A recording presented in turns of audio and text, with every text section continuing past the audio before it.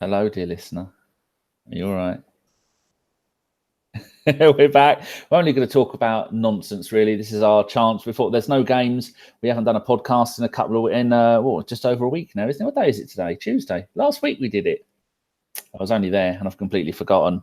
Hope you like my hat. It's just Jason and John with me tonight. You right, you two? Over the moon.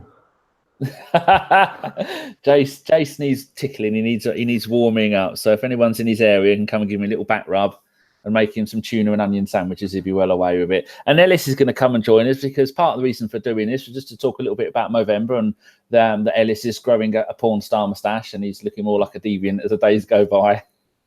He looks a bit like Freddie Mercury or Saddam Hussein. Have a look at him. He's a bit of a cross between Freddie Mercury and Saddam Hussein. I'm telling you. Boy's pulling it off.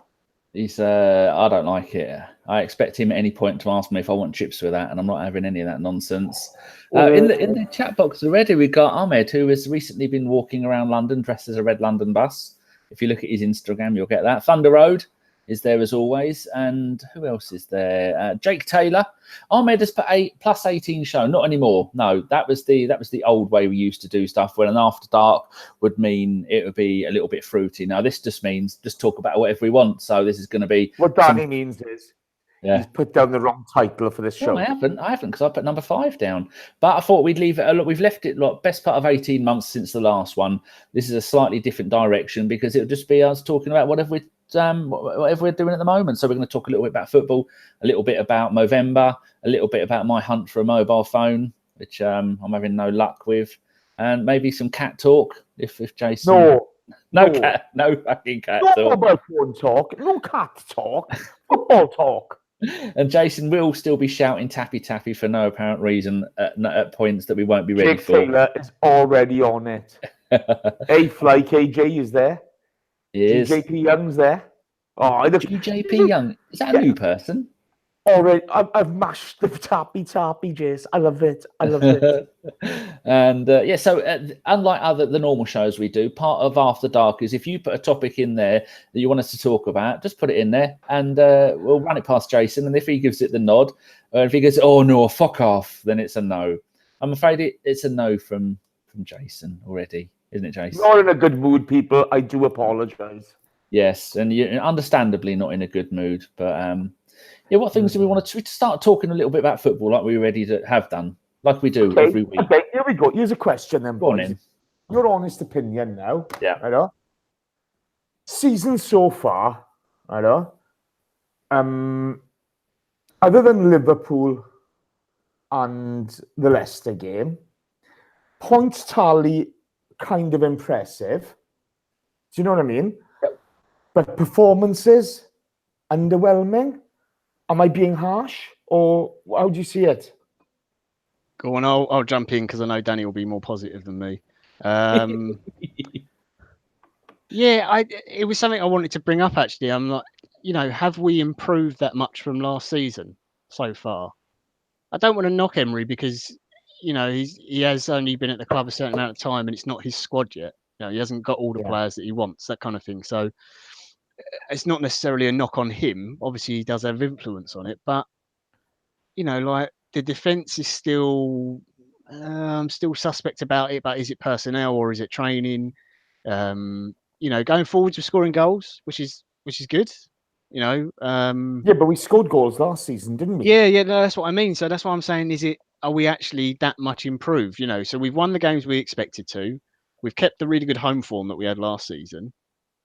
I suppose the one difference is our away form, which was the easy fix, wasn't it? That was the easy fix. But then you look at the way we played against Liverpool, and I thought that's not something we would have seen last year.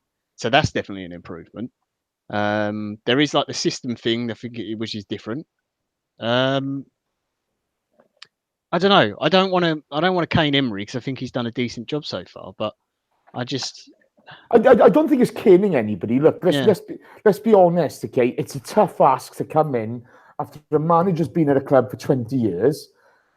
There have been a couple of good signings in the last couple of seasons. There's now a change of leadership at the top, off the field, as well as on the field. But the big win was away games. If you can just, solidify the away form, you'll do okay.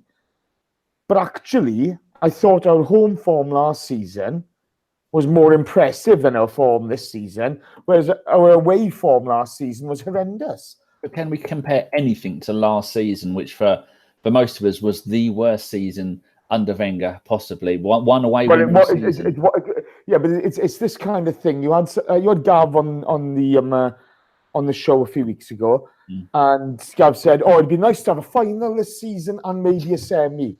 Well, we had a final and a semi last season. Yeah. Do you know what I mean? I got to be honest with you. The points tally is impressive, okay?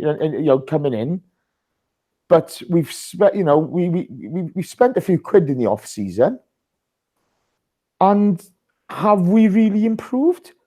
But I look at our last 5 Premier League games. We've drawn 4 and won 1, and last 5 games, and the only one we won was against Blackpool in the League We were unlucky against Wolves. They could have beaten us. We were fantastic against Liverpool. Against Sporting, neither team should have won that.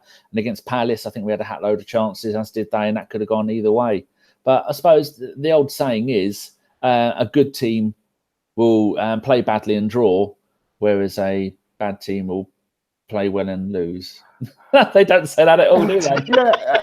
No, they don't. Well, the first bit they say, Danny. Go on, what's the second part they say? They don't say a second part. Well, I've had a second part. I'm just at that point at the moment, but look at us at the moment. We've got one very, very good performance against Liverpool in the bag. We got 60 minutes of a performance against Leicester, who, let's be fair, aren't that great. The rest of it, performance-wise, we're not there yet. Now, I appreciate he's trying to bring in a new, his own style of playing, but it's not a million miles away from what Arsene was playing last season. We played. It's just the playing out the back thing is the big one, isn't it? We played at the back last season and made monkeys of ourselves. It's we're just going through the motions of the way he wants to do it this season. How many times did we get caught playing at the back last season? Because we did. But look at the fact, I'm just looking at the players that have played all competitions that have played the most number of games. Was the top 11.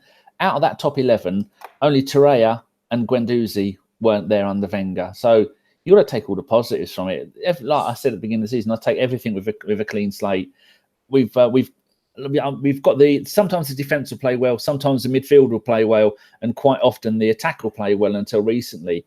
But when the day comes, when all 3 of those gel and play well, it may take another couple of additions to the team. But when that day comes, and that day is sooner rather than later, we are going to be brilliant. People are going to fear us again. I've got to be honest with you. Yeah. I at this moment in time, where I'm at with all this is, I think there's an awful lot of people being overly positive about where we are on and off the pitch. Okay, I don't think much has changed since last season.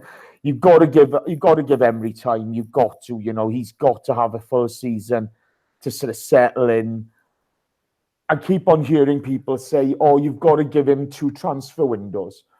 Well, it's Sven and Raul in charge of the transfer windows, not Emery. So are they going to go out and get him exactly what he wants? I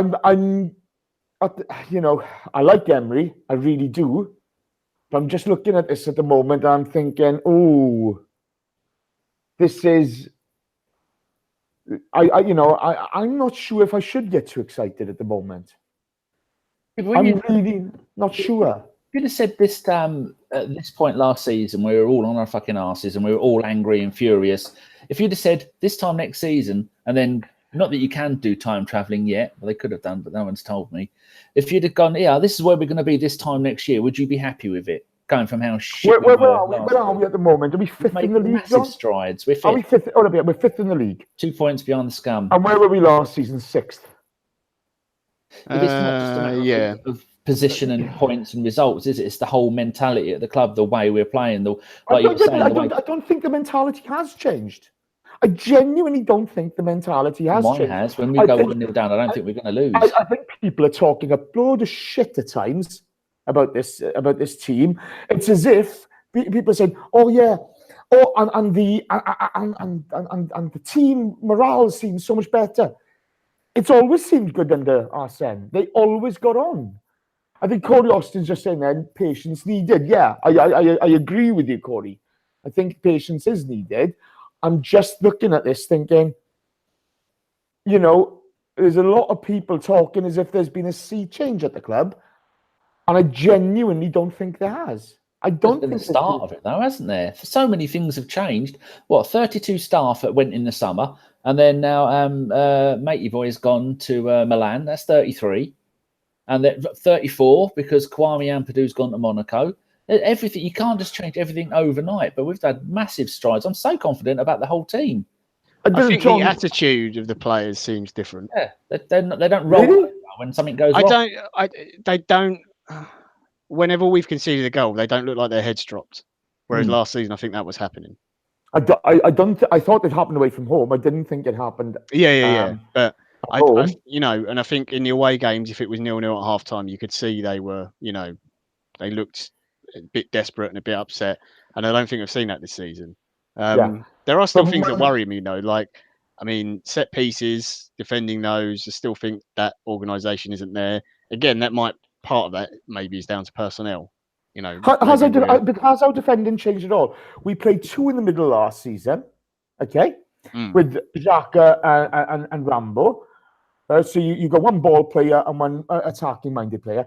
This season, he's gone for the holder with Torreira and Xhaka. Fine, no problem with that. That's the style he wants to implement. But everything's in front of us now. But going backwards, I don't think we're that great. If you look at our goals conceded box, it's up there. Do you know what I mean? Whoa, Ariane Hadari. Thank you, Arian, for the compliment. Masterclass. You are correct, mate. That's the hashtag. He does that all the time on Twitter. Cheers, Arian. Thank you very much. He donated. I don't know what.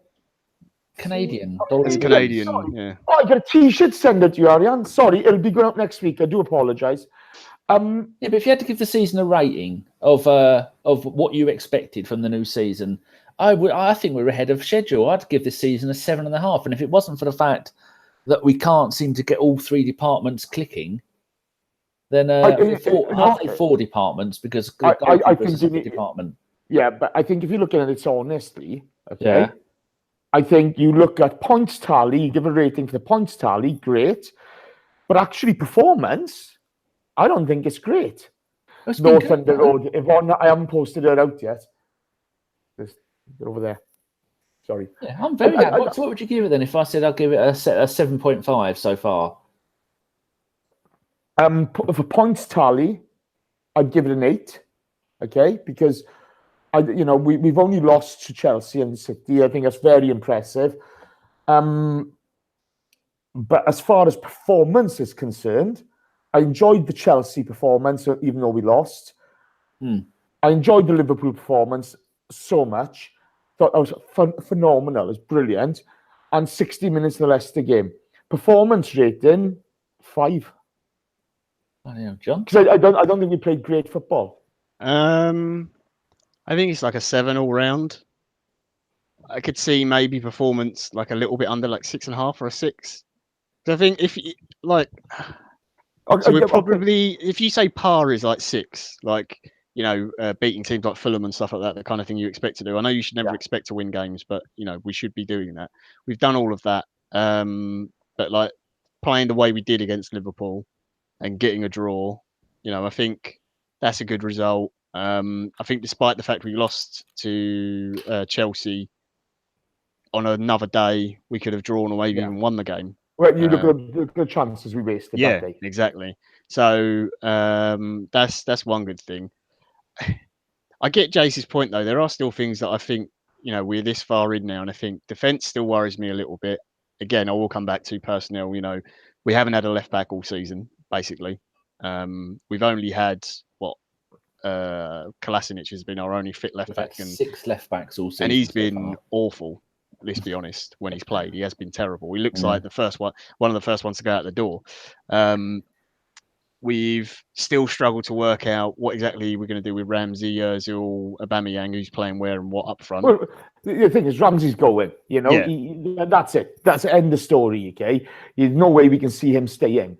But Arsenal were redoing the outside of the stadium today, and they were putting up new murals, and one of them was Ramsey. I mean, Not being funny. He's won you 2 FA Cups. Yeah. He's an all-time leading central midfield scorer. They're going to do that, aren't they? You know. Well, so there's all the basis is there. It's a good start, but I do think it's going to take more transfers. I'll be interested to see, or if we ever really find out, and I suppose maybe we won't, as how much influence Emery has on transfers. You know, will he go to Sven and say, look, I know you've probably got these targets, and there's obviously rumours and stuff going on at the moment because the transfer window's not that far away now. It's like 4 or 5 weeks. You know, but he might go and say, right, I want this kind of central midfield player. This guy's caught my eye. This guy's caught my eye. And Sven will go, okay, well, I've got these people. They kind of fit the bill, you know, or this kind of left back, that kind of thing. But the defence is worried. The first half performances is the other thing as well. They've been awful. Starting slow. That is definitely what he is. And I don't understand how we started so quickly in the Liverpool game, but not any of the others. Yeah, and one of the things that does worry me is you're talking about transfers here, okay? You know, if for argument's sake, you know, Unai turns around and says, right, I want you to get, here's my target for argument's sake for central midfield. He's number 1, he's number 2, he's number 3. And maybe Sven or somebody turns around and says, well, actually, we've got this guy in mind and we think he fits the bill better. Yeah. And if you get that dynamic happening, I think we're in trouble. You know, it depends how good the recruitment is that Sven does. You know, like how good these sort of, if they're like young gems or whatever, up and coming talent. Arseblog talked about it this week. Then they were saying about a left back, and Gunnerblog was saying, "Oh, like benching will absolutely love him, but we're just not going to get him now because he's English and he's too established. He's going to cost too much money."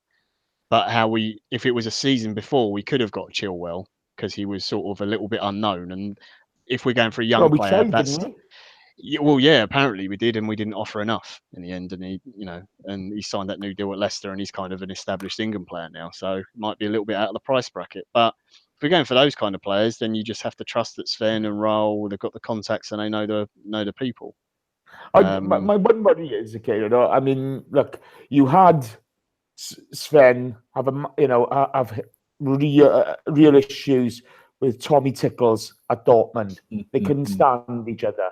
If that happens again at the Arsenal with Unai, we got problems. Okay, Sanya, he's coming in from Barcelona.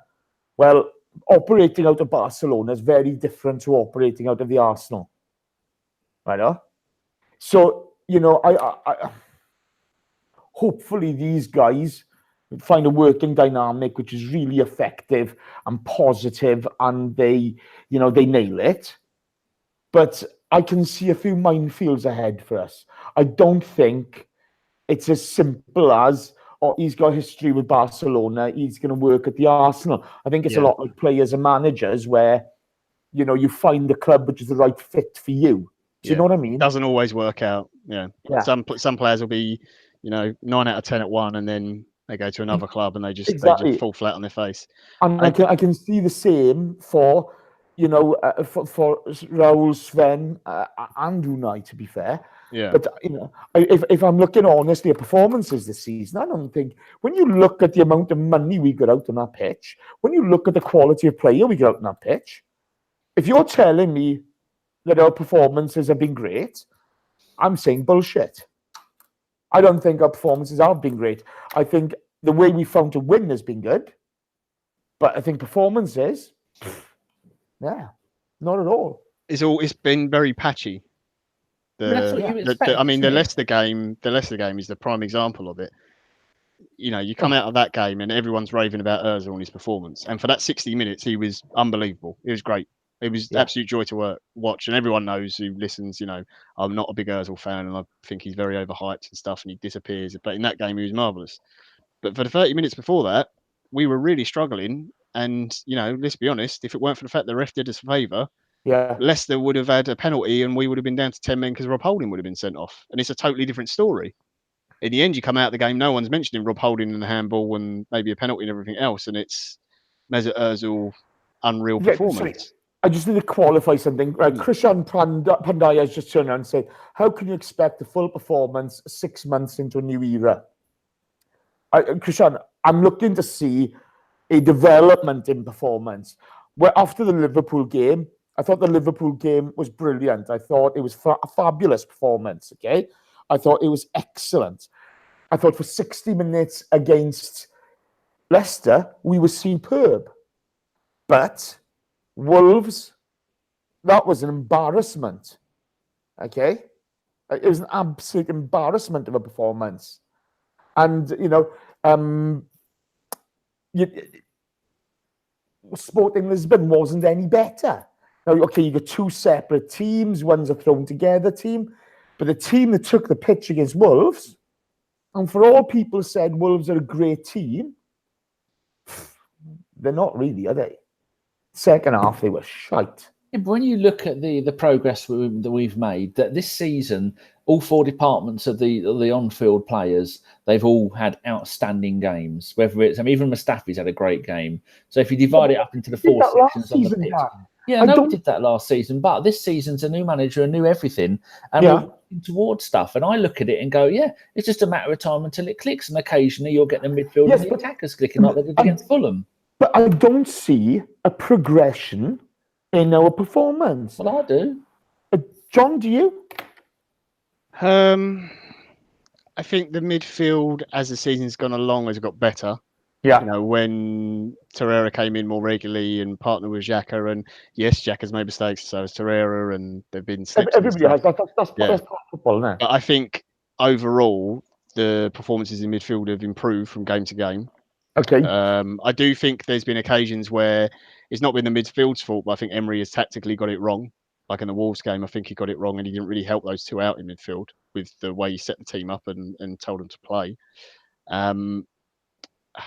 The worry for me is still the defence. I like what the fullbacks are doing now, and they are getting actual cover now, and they audibly feel more confident going forwards. Bellerin's spoken about it, about how he's not worrying so much about what's behind him now because Torreira's there and Xhaka as well.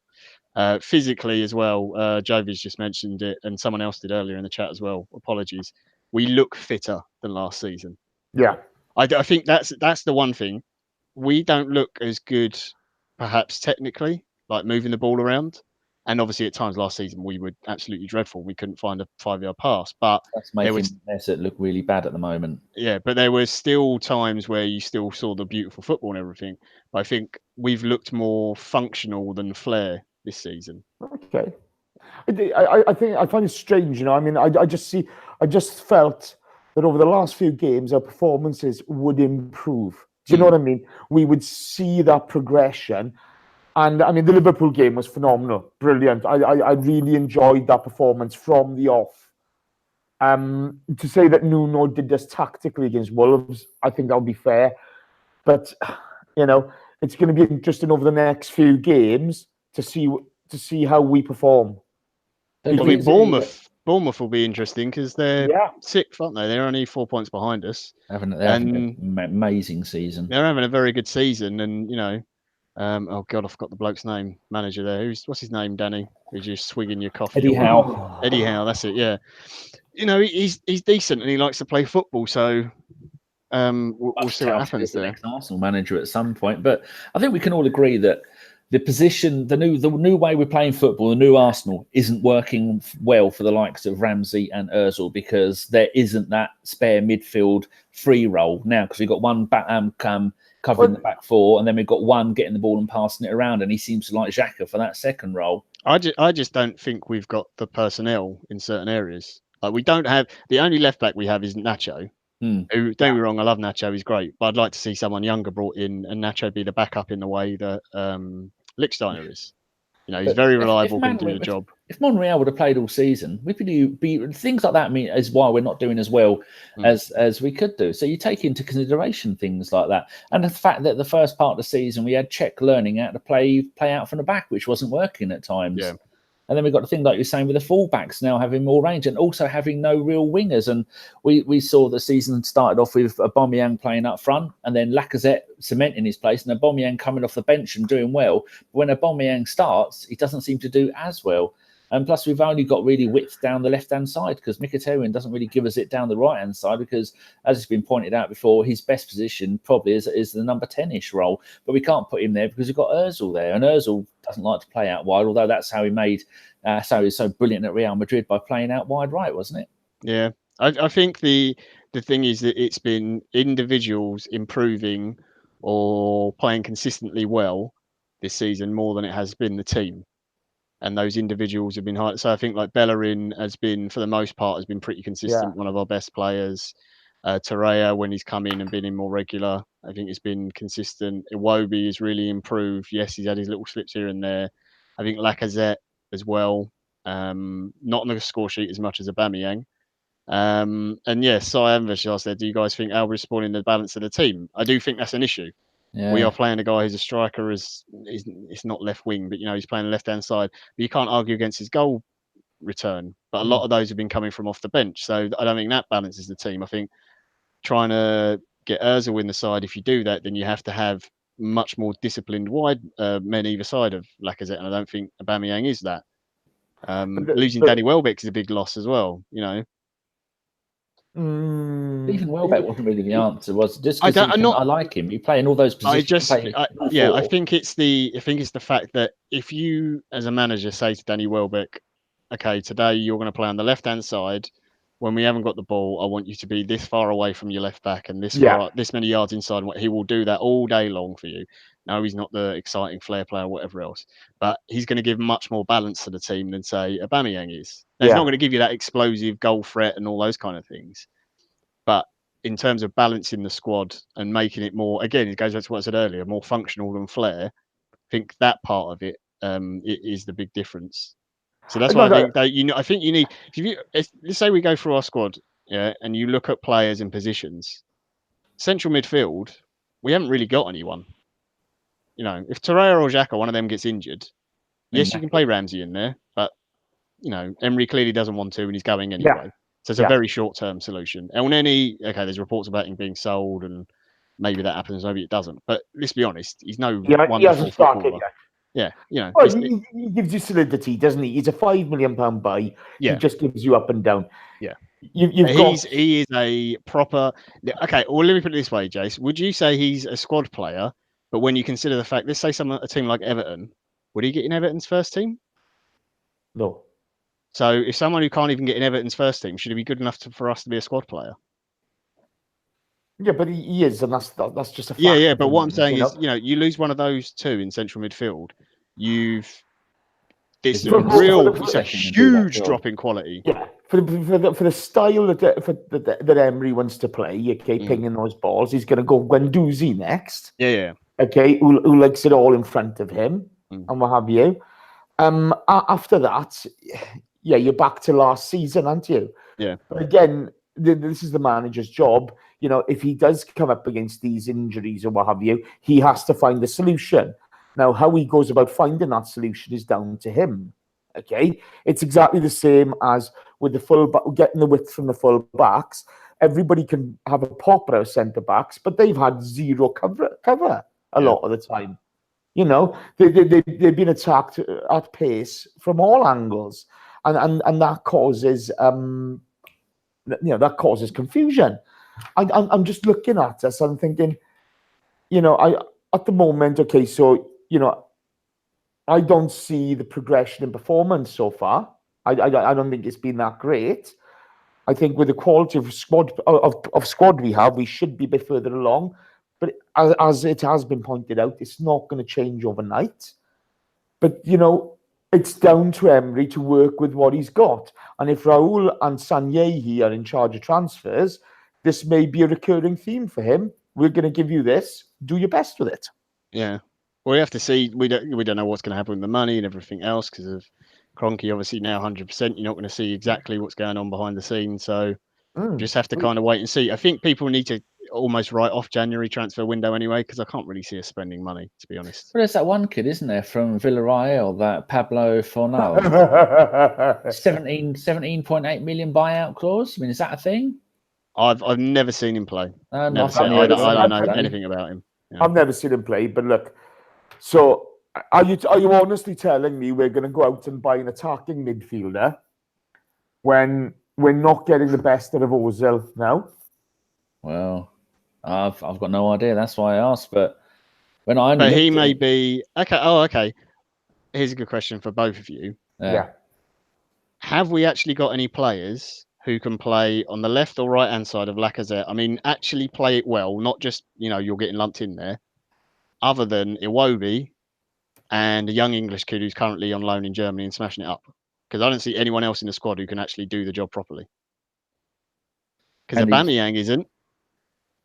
Ozil certainly isn't, and I don't think Mkhitaryan is either.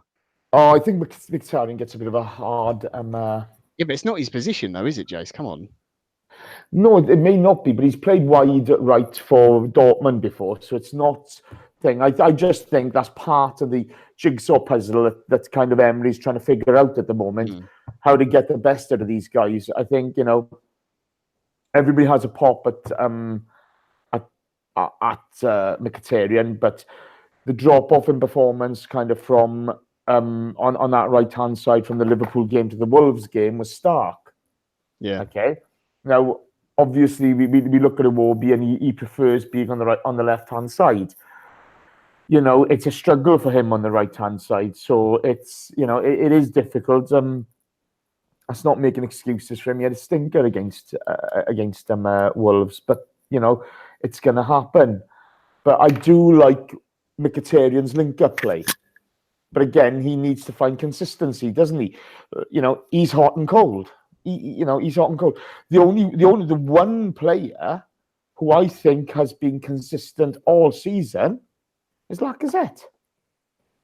Yep. I'd agree with that. Yeah. I'm trying to think of a game where he's played badly. I mean, he gave the ball away, didn't he, for the for that goal? Oh God, who was it against? I can't remember now. Audible, wasn't it? Yeah, he was out on the left wing, wasn't he? And he tried. Was I don't it know. Palace? It might have been Palace. Yeah, it was. Yeah. And then Xhaka gave the penalty away, didn't he? Yeah. I'm just thinking, this season we've played 18 games. Of those 18 games, only 16 have been proper first team. It don't include the 2 League Cup games. Yeah. So that's 16 games. Ozil has played 12. So I was thinking, in those 4 games that he didn't play, home and away against Sporting, home against West Ham, and away against Fulham, who played in the 10 in that position? And what did they do? I mean, against Fulham, we won 5-1. West Ham. But this is the thing. Ozil's played out on the right this season as well, hasn't he? I think he hasn't played the whole season at 10, has he? No. We haven't played a 10, really. No, we haven't. There's only the last couple of games that we've actually played with a 10. The other times, whoever's played, in what you would normally call a 10, Ramsey started and he was basically playing as a second striker, almost. Yeah. He was so high up. And you had Iwobi doing it for a while. You had Mkhitaryan for a game. Then you had a game where we actually had 3 in midfield. And we never really... It wasn't until the Liverpool game was probably the first time we really did it for 90 minutes. Yeah. I'm just looking against West Ham. Ramsey played in that 10 role. Sorry. Fulham, we didn't play anyone in that hole. Do you think that maybe could be the future with it? Because with a player, I think the manager feels obliged to play Aubameyang, Lacazette, and Ozil because there are 3 most expensive players at the club. Whether they all work together or not, and then different players and different combinations is going to work or not work against different teams. And I still think that's the period we're in at the moment, the feeling out and seeing. And then I said it on the last show, which is really one of the best points I think I ever made, and I'm going to have it put on my gravestone, that every other manager most of the managers in the league have gone, right, last season I played City at home, City away, or this season they've done it, or this season, I remember this, but he's never had anything to do with English teams apart from the odd time in Europe. So when we get to the second half of the season where he can go, right, I've played this team earlier this season, I know roughly what they're going to do. That's the point, that when you get to play them a second time, and then next season, when he gets to play them a third and a fourth time, that's when his knowledge of what they do and his tactical Isn't- awareness is. I think that's really going to start. Isn't the whole thing about him with all his videotapes and all his research, though? Shouldn't he already know that before every game? I think that's an absolute cop-out, Dan. I got to be honest. How dare you? That's the greatest thing. Sorry, mate. I'm sorry, pal. That's an absolute cop-out. This guy rocks up. This guy rocks up with dossiers. No. This guy rocks up with dossiers on the players, okay? He'll have done his homework on the opposition, okay? You know, I'm sorry. I mean, I get he's feeling his way into the job. And I think, you know, he needs a good 12 months, you know, without doubt. And, you know, as much as people may think I'm sounding negative. Now, I am quite positive about his reign, you know. I really am. You were negative then. You're making me feel sad. I've had a tough week, mate. You have. Okay. Yeah, but my point is that John says he's watching videos. He's watching. You want to see how an opposition team reacts to your team. He can watch videos of how they reacted to Wenger's teams or against other teams in the Premier League, against his own tactics, his own formation, his own players. He's not been able to see any of that because there isn't any video of it. But what happened? But Dan, I mean, the whole thing about sport is, okay, you know, is that you go out and you set the agenda. He can do his homework on these teams. Against Liverpool, I was so impressed with that performance, start to finish. We went out, we set the agenda, we set the tempo, we set the pace, okay? We set the standard. It was a bloody impressive performance against a very good team this season, okay? We did really, really well. So why aren't we doing that every game? 3 games in 8 days, that's probably why. We had Sporting in the middle of that, trying to kill us. Oh, come on. What do you want me to do? Say Emery out? Because I will. I'll hashtag Emery out if you push me. I want to know why, you know, and this is the thing, okay? We all look for excuses, but I just, you know, I thought the Wolves game, we were going to go out there and set the tempo, okay? Even though Nuno did this tactically in the first half, I didn't see any point in the game where we set the agenda. Yeah, but it all depends on what you want from the season. I expect nothing from this season. That's why I'm happy. What do you expect from this season? Top 4 well, and Europa Cup. Well, there you go. Maybe that's why you're unhappy, because you expect too much. I know. I think Emery's that good a manager. Yeah, I think he's that good a manager. I think we can make top 4. And I still think we've got a very good squad. I think it's massively unbalanced, our squad. Hugely unbalanced. For what he wants to play, yes. I think for any manager, I think it's hugely unbalanced. Oh, too many. I got to be honest. I think that's a Jurgen Klopp squad. 4-3-3 all day long. Don't worry about defending. Yeah, but I think that's a Jurgen Klopp squad. So what would we have to do with the players that he's got to get the most out of the players, the squad? What would he have to do, or is it just you got too many? I think he has to be brave enough to drop people, which he's shown at times he's done this season. Like I don't think Aubameyang should be starting. I mean, he made bloody Ozil go and play away in Vorskla. Yeah. Bloody hell! Never thought we'd see that day. That's definitely north. Actually, it turns out it wasn't north of Watford; it's south of England. So I fucked that up as well, Jace. Write that down, Jace. You can beat me with that again later. We worked out. Oh, sorry, pal. Was it Azerbaijan? It was Azerbaijan. I think someone showed me on a map and went, "No, look, England's there. They're down there." So after that, I shut up. I just think you have to, Aubameyang's great and his goal return this season has been fantastic. But most of that's come from off the bench. I don't think when he starts games, he's as good, especially playing from that position. And it's not his fault. I think that's more down to the tactics. But here's a question then. You talk about Iwobi being successful on that left-hand side, okay? And I think he has improved massively this season, in all fairness to him, okay? But you can't really tell me that Ozil's been effective this season. A couple of good games. His Leicester performance for 60 minutes was superb. He was okay against Liverpool. Okay, good. The right-hand side, Mkhitaryan, we're not really getting a lot of joy out of that area. I don't think anyone's played well then that side. So, I'd like to see the effectiveness of Iwobi on that left-hand side as well. Even though I think he's massively improved on last season. He really has. I mean, for me at the moment, Iwobi should be starting on the left in games. I wouldn't start Aubameyang. Shredder, behave. I've had a word with Danny about this. I'm not in the mood for an after dark. That's what Saturday night and after dark is. A couple of beers, loosen the tongue. Let's go. Yeah, but then what if we were doing this and had it down as just a normal podcast, and then they're going, "Oh no, look, they're not talking all football." We'd have complaints, mainly from you, Jace, but we'd have complaints. People will complain anyway, Danny. It doesn't matter what we talk about. Yeah. What would you like us to talk about then? Put some. In all fairness, Thunder Roads mentioned earlier on. Let's confirm Chris's height, and he put in 5'2". That's been a tad generous. Thunder Road. And when I say a tad, I mean that much. That's that generous. If you're listening on iTunes, you can't see me, so forget it. But the guys watching now can. I had it from good authority. The Christmas Guild of Pantos. That Chris only needs to drop 2 more inches, and then he can officially do Panto. Can't pick on him though. He's been busy gardening. He dresses like he does Panto already. What do you want us to talk about then, people? No nickname required. Just put. Will you guys discuss VAR? Yeah, we can do. It's football related, I suppose. I like VAR, but I want it so there's no more skullduggery, no more the dark arts of where referees can go, I didn't see that. Bits of bad luck, like maybe not a penalty or stuff like that. I don't really care. I get fed up of us being robbed all the time. Flip side of VAR this season, we would have lost against Leicester. Rob Holding sent off. Yeah. Penalty. And what was the game? What was the other game? Was it against Wolves? We'd have lost? Yeah. Was there a handball against Liverpool? There was a handball there, I think, yeah. No, I mean, I like VAR. I like, coming from a rugby kind of guy. I really like sort of a fourth official.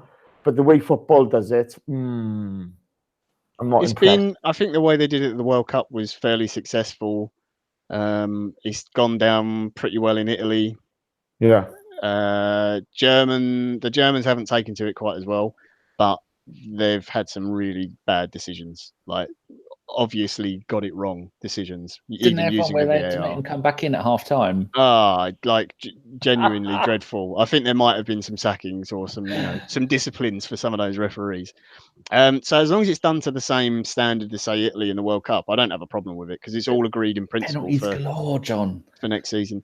Well, the one thing with it is that hopefully what it means is that you stop all the shirt grabbing and everything else that goes on all the time and doesn't get punished now. And very occasionally, you might see it once in every 20, 30 games, you'll see someone get punished for it. And then it disappears again for ages. So, I think it's a good thing overall. That's the same in every sport, though, to be fair. Oh, yeah, of course it is. Every sport, they bring in a new rule, they're hot on it for 4 weeks, and then it just drops off the face of the planet. Yeah. And that's frustrating, because, but then again, we had the Xhaka shirt grab against Leicester. Yeah. You would spend a lot of time on the naughty bench if that. I mean, don't get me wrong. If it definitely goes ahead next season, you cannot play Lichtsteiner ever again in an Arsenal shirt because that man will wrestle every single player to the floor in the box and then plead innocence. The referee's done it all his career. In all honesty, the worst one I've seen, take away the holding handballs. Is Xhaka grabbing a shirt in the box? Oh, yeah. It's as if it's a habit with him. He just can't help himself, know? And this isn't just having a pop at Xhaka. It's just something he does. And the TV camera's got him centrally while he's doing it. But there'll be players from other teams that get it as well. So I think it will be a bit of a shock for certain pros who play that kind of way. First couple of games of the season, if it does all go through. This is all at the moment. It's still to be officially signed off, I think. But I think most of the clubs have all agreed to it and said, yeah, they want it. So we'll see what happens with Harry Kane's going to be delighted because he's going to get 100 Premier League goals a season with all the penalties them lot of diving for all the time. Absolute tip. John, we have to mention that moron. No, we don't, Jace. Why haven't you got a fruit bowl with fruit on your table now that you're all getting fit? Oh, a new job. Fucking fruit. Fuck fruit. I'll make it even worse, Jace. John, I haven't got time. No. Yes. John, have you played Red Dead Redemption 2 yet? No, I haven't. Look, here's my very quick analysis of it. I played the first one for about 4 hours. I was bored out my skull. I watched someone play the new one for an hour. He's riding a horse for half an hour. Nothing happened. If I want to ride, I'll go ride a real one. I'll play a computer game because I want to get lost. It's fantasy. Just want to get lost in it, and I want to go do things. I don't want to. What's the name of this game again? Sorry, John. Red Dead Redemption 2. Okay. Are you two taking the fucking piss? Why, Jace? Because let's get something straight, okay? If you mention another computer game again, I'm going to hunt you down and carve you up. like you would do in Red Dead Redemption 2. I tell you what, actually, the best thing about it was the YouTube guy who got banned from. He's got his channel banned for a couple of days because in the game, Jace, you'll like this. It's No, I don't like it. No, you'll love this. It's great. So it's in America. Oh, he's going. But if anyone hasn't seen it, there's a woman and she's a suffragette, and the YouTuber tied her up and put her on a train track and got her run over. And then I think he went back later on, waited until she respawned and killed her and whatever. But because of that, he got his channel banned. It's hilarious. Under what reason for that? It's not real. I think it was something to do with inciting violence against a minority or something like that. And then YouTube came out and apologized and said, "Oh, our automatic system is obviously broken." Oh, so it's a bot that did it. I think they said it was a bot, but yeah. Anyway. Well, I love the game. I think it's absolutely brilliant. Once you get past the first couple of hours, and then once you upgrade your weapons and know what to do and what to kill, I think it's good. I spent most of it. I've done. I think Steph has put a list of all the hours. I think I've done about 50 odd hours. And just wandering around killing things. It's brilliant. Anyway, before Jason comes back, I will very quickly say the only game I put that much time into was Skyrim. I did probably like 200 hours on, and then I got bored. I can't do it anymore. I'm too old. 400 and something hours on Skyrim, 300 on Oblivion. Can't do it anymore. Too much. Anyway, so it's not back. We can still talk about games, John. What game are you playing at the moment? I'm still playing The Binding of Isaac, even though it's been out for I don't know how many years. There's another version or an update of that coming, isn't there? There is a new bit coming. Oh Christ!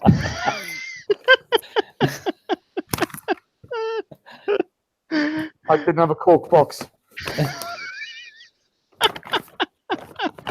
Where's Jason gone, everyone? What's going on? Oh, Jesus Christ. I wish I had a Coke box. I'd be looking at it. I don't drink Coke, so I would have a Coke box.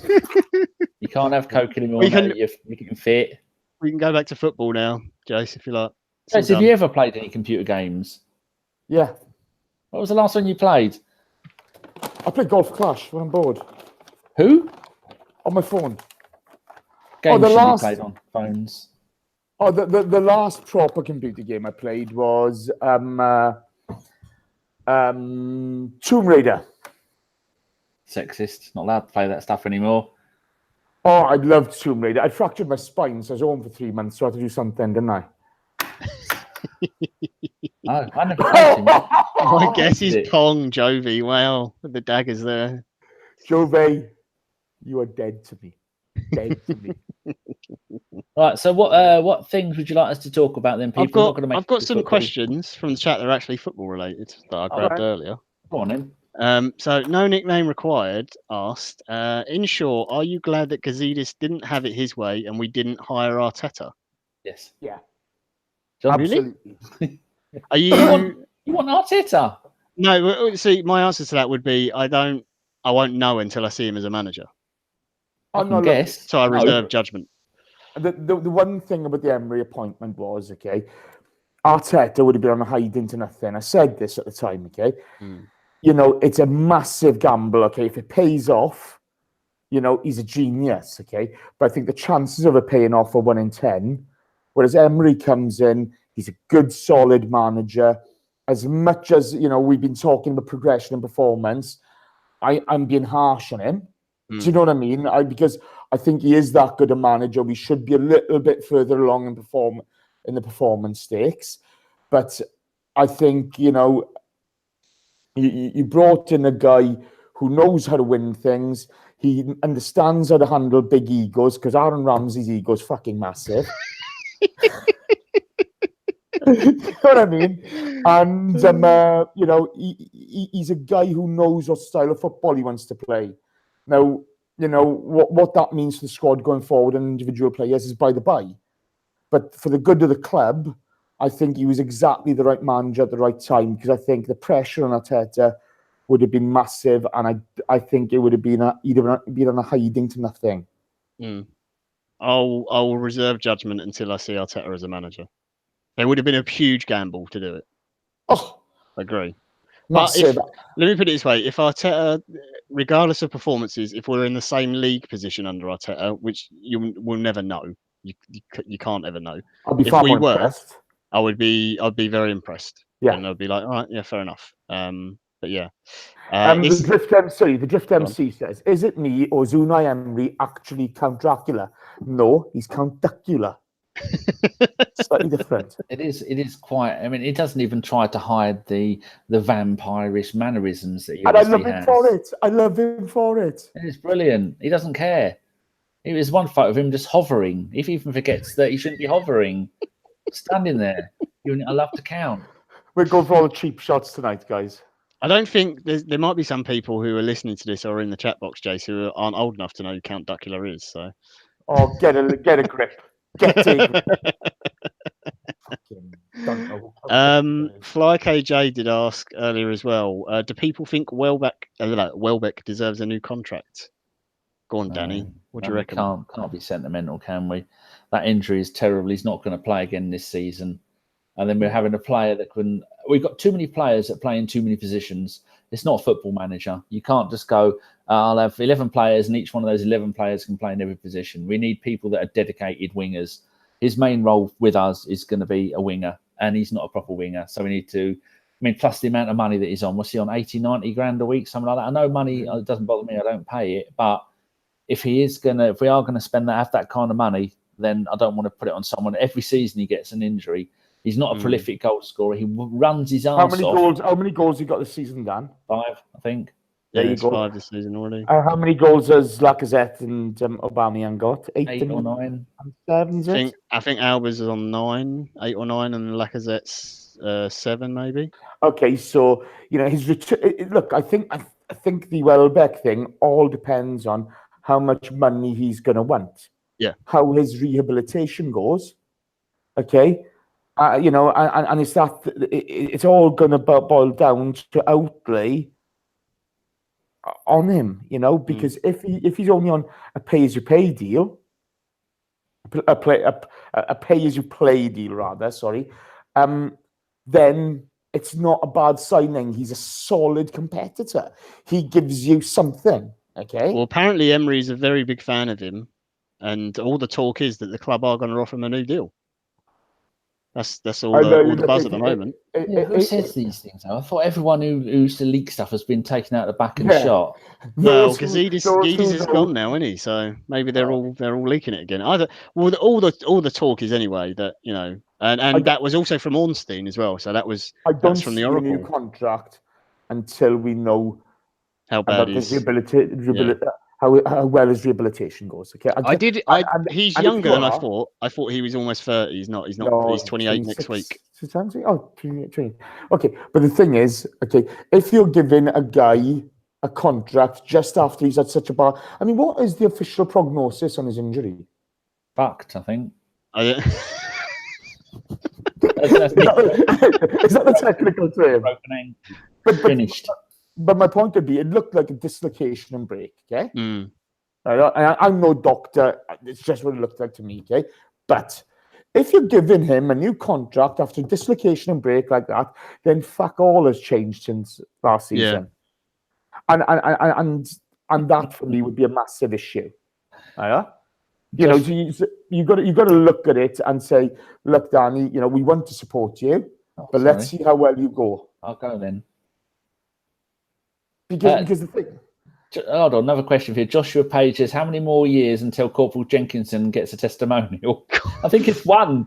Yeah, to be honest, I don't think he's far off, which is hilarious. The club haven't officially said anything about it, have they? All that Emery came out and said is that he had surgery and it went fine or whatever, no complications. So, it depends how he comes back. I think the difference is now as well, the rehab team we've got is different to what we used to have. Because you see how quickly, for example, Koscielny's coming back, apparently. Oh, we're all on PEDs, aren't we? Oh, well, there you go. Well, getting on the bandwagon, why not? Jump on it. Oh, no, it's not one season. He joined us in 2011. So he's got quite a while to go yet. So he'd probably be the first person ever to get a testimonial and have played less than 100 games. But I think I agree with Jace.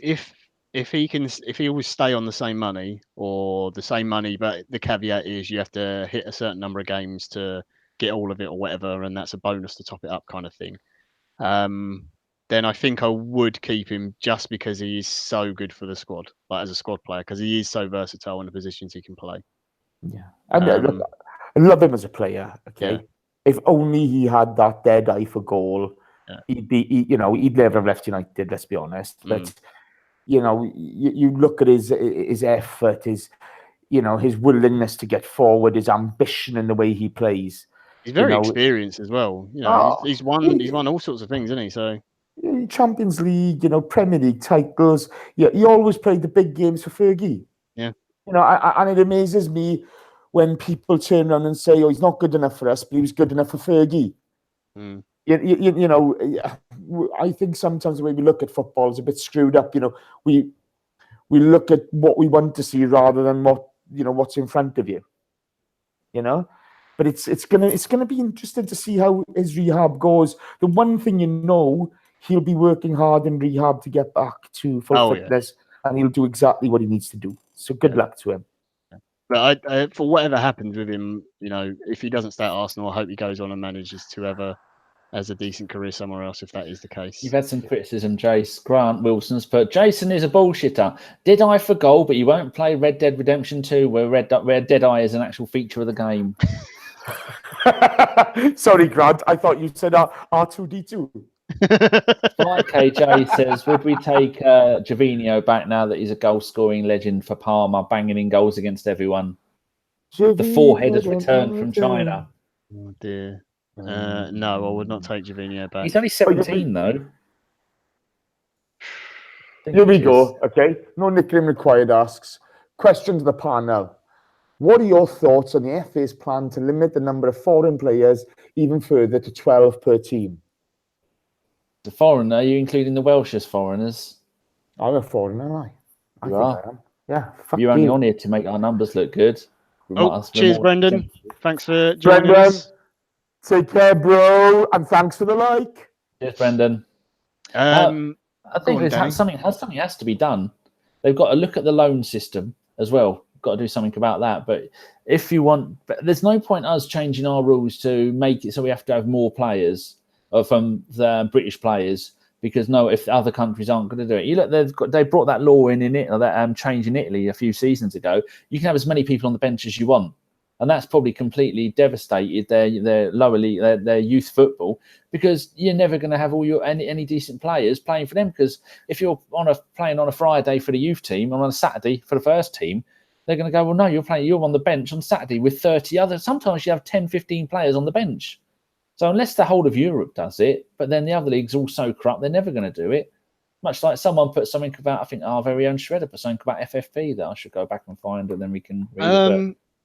I don't think it's necessarily a bad thing. What it means is that Premier League clubs will certainly have to rely on their youth development a lot more. Yeah, because the price tag of English players and British players, English players in particular, is ridiculous already. They're so inflated between clubs. Okay, but the point is, I know Madwyer's just put in there. Great, we'll give the young talent chances. But Arsene said this, and I just agree with it 110%. Okay, it's kind of football's a global economy, if you know what I mean, and if you really want to succeed, you will make it happen. So if English, Welsh, Scottish, French, Spanish youngsters want to succeed, they will work hard enough at their game and they will do it. Currently, the best players come out on top. Do you know what I mean? They have to compete against each other. They should be allowed to hoard them like City and Chelsea are, where they hoard everybody. But they're not hoarding all the British players. No, they're just hoarding everyone. But they're not at all, though. It's that whole thing is such a myth. But when they And I loan think- out 60 players in the season. Yeah, but Look, then if you want to make it, you do what Jadon Sancho does, and you leave and you join Yeah. Borussia Dortmund and you play first team football. That's not City's fault. That's individual footballers being too comfortable and going, well, I'll just take the money and won't ever play. And let's be honest, how many players has this club brought through the youth system where as soon as they've got a few quid in their bank account, they act like big time Charlies. They act like they've made it and they stop working at their game. The bottom line is I do think there's a English mentality problem with that. That it does. Definitely. Don't get me wrong. You do get it from players of all other nations as well, but it does seem to be more prevalent with the English. Now maybe that's slightly biased because of the media over here and the way they highlight English players in the press more, but they do seem to do that. I do think part of the reason why so many teams go for foreign players, one, the price, because they are a lot cheaper and they will take lower wages than English players because English players know they can get more money. But also the quality of the players abroad and in continental Europe, they've just got better coaching because they've got more coaches. It's not that the coaches are actually better; it's that there's more of them. If you look at the number of coaches to players. Yeah, we did this. We did myself, Chris, and Dom a couple of years ago did a grassroots kind of special. Okay, and so we did a bit of background checking. I know. And in Germany, after I can't remember which World Cup it was, where they absolutely flopped out, and this is they redid the whole structure. Yeah, they restructured it all. Okay, they had 900 professional coaches in German football, and this is at youth club level. Okay, this is at grassroots level, youth club level, where this coaching expertise is available. Okay, to kids from in any district, right? No? It's available to you. I think the FA, I don't think they had 90 coaches, if I remember my numbers correctly. They didn't have 90 professional coaches in England. And then when you look at those numbers, okay, in comparison and the setups, right? No? It puts it into stark reality where the interest of the Premier League, the FA is. Look at the Scudamore business. Oh, let's give him a £5 million payoff. Are you taking the fucking piss? He'll have had a fantastic package as chief executive of the Premier League. And now you want to give him a golden handshake after he's left of £5 million quid? But, what about the pitches that need doing? What about the coaches that are needed around the country in England? Okay? I think the FA and the Premier League are a joke, okay? And I think as somebody's put in there, Joshua Page, I think it was just now, it's all, I'm not sure who, it may not have been Joshua, sorry. But it's all about the dollar. It's all about the money now, okay? Yeah. It's all about the money for a lot of these kids, for their families, for everybody, okay? And instead of concentrating on your football, on enjoying your football and becoming the best possible player you can be, I know. That's all they're worried about is the Bentley and the next contract. I know. But when you've made it, worry about it. But until you've made it, until you've represented your club, until you've got 100 appearances, until you've got that important goal, until you've represented your country, you've not made it. You're just a fucking tosser. This BWA picky, there's Germany has 2,000 coaches. We have 350, but yet we have hundreds and hundreds of teams as well, which is crazy. Yeah, but the thing is, it's all about self-interest, isn't it? And there's no common good in British football. Well, maybe not British football, but English football whatsoever. There's no common good. I do think the current crop. Everyone knows I'm not a huge international fan. I'll watch them if they're on and I can be bothered, but most of the time I don't bother. But I like watching the younger players, like the under 21s and stuff, and under 18s and those kind of tournaments, because you get to see the upcoming talent from all around the world. But in terms of English ones, there is actually more now, than I've seen for a long time, and they're actually quite exciting players. Yeah, George's Park has worked. Yeah, that part of it has worked. They still have a long way to go. Our very own Lord Hillwood put in the chat as well the difference in the cost of getting a coaching badge in this country compared to Germany or even to Wales, Jace. Like my hello, Kelly Mayer. Hello. Kelly's at work, everyone. She's being naughty. Go and tell her off chat box. Oh, terrible. Very, very bad. Yeah. my nephew and his stepdad, they both got coaching badges, but they went and did it with the Welsh FA because it saved them like $5,000. Vieira and Henri did this Yeah. as Welsh FA. You know, it's ridiculous the prices they put it at. But this is That's the big thing. That's the real problem. It's a structural issue within English football, okay? But, you know, I love watching Wales at the moment. There's some great youngsters coming through, okay? It's exciting times for Welsh football, okay? You know, but they all play for English clubs. Yeah. You know, they all play, you know, they're all kind of Liverpool or, you know, Ethan Ampadu at Chelsea. You get Harry Wilson, you know, you get Brooks, some have you at Bournemouth. Yeah, there's a lot of exciting talent coming through. So they can make it, but it's down to the individuals. Are they going to put the work in? You know, because you don't all need to make it with a Liverpool and Arsenal, a Man United or what have you, or a Chelsea. You know, you can have a very good career in the Premier League nowadays. A good example of that was Paul Ince's son, Tom Ince. Liverpool wanted him, and he said, "No, I want to stay." When he's ruined his career now, but that was one. But you look at that $250,000. That's 50. Each Premier League club could afford to send 50 coaches through to get their badges, rather than give that prick extra money when he's on over $1 million a year anyway. The one thing I will say on the Scudamore thing, and I'm not defending it, and I do think it's ridiculous because they could have used the money in a different way. What he's done for the Premier League in terms of the revenue he's brought in is obscene. The amount of money he's got for the Premier League, and that's fair, okay? Yeah, true. But wouldn't that have been mirrored in his financial package he already had? Okay, and to be fair, okay, that's more down to the product of the Premier League. Okay, because, you know, I don't care what anybody says. Okay, I enjoy watching European football. I really do. Okay, but you watch the Premier League, and it is by far the best product out there. Yeah, right, for excitement, etc. You'll always get a Newcastle Cardiff game, but, you know, there's some brilliant football being played. It's, you know, it's always exciting. You know, that there's been steady growth in those packages continually. They just go to the roof. You know, if the thing with this is as well, this was an impromptu thing said by Bruce Buck at Chelsea, wasn't it? And he said, you know, all the clubs should do this because he's brought so much money in, and like Wenger's a big friend of his and is a big supporter of Scudamore as well. But that should have been the Premier. It should have been the Premier League individually as an institution. Should have said, you know what, you've done so well. Yes, you get your bonus every year. Here's a nice big payoff or whatever. Yeah, you know? and let's be honest, okay. The Premier look, the clubs are part of the Premier League. That, you know, the money flows down and what have you. But he's left. Yeah. They're not trying to keep him. If they were trying to keep him and they said give him £5 million to stay, I'd say fair enough. Oh no! Now he's got a consultancy job. Yeah, so he's you know, he's coining it at either side. They're still paying him the money, but they're doing it because he has a consultancy position. Yeah. So come on, get real. Okay, as much of a good job as he has done, does he need another fucking £5 million? No, of course he doesn't. But that's the way football works, and that's the way big business works.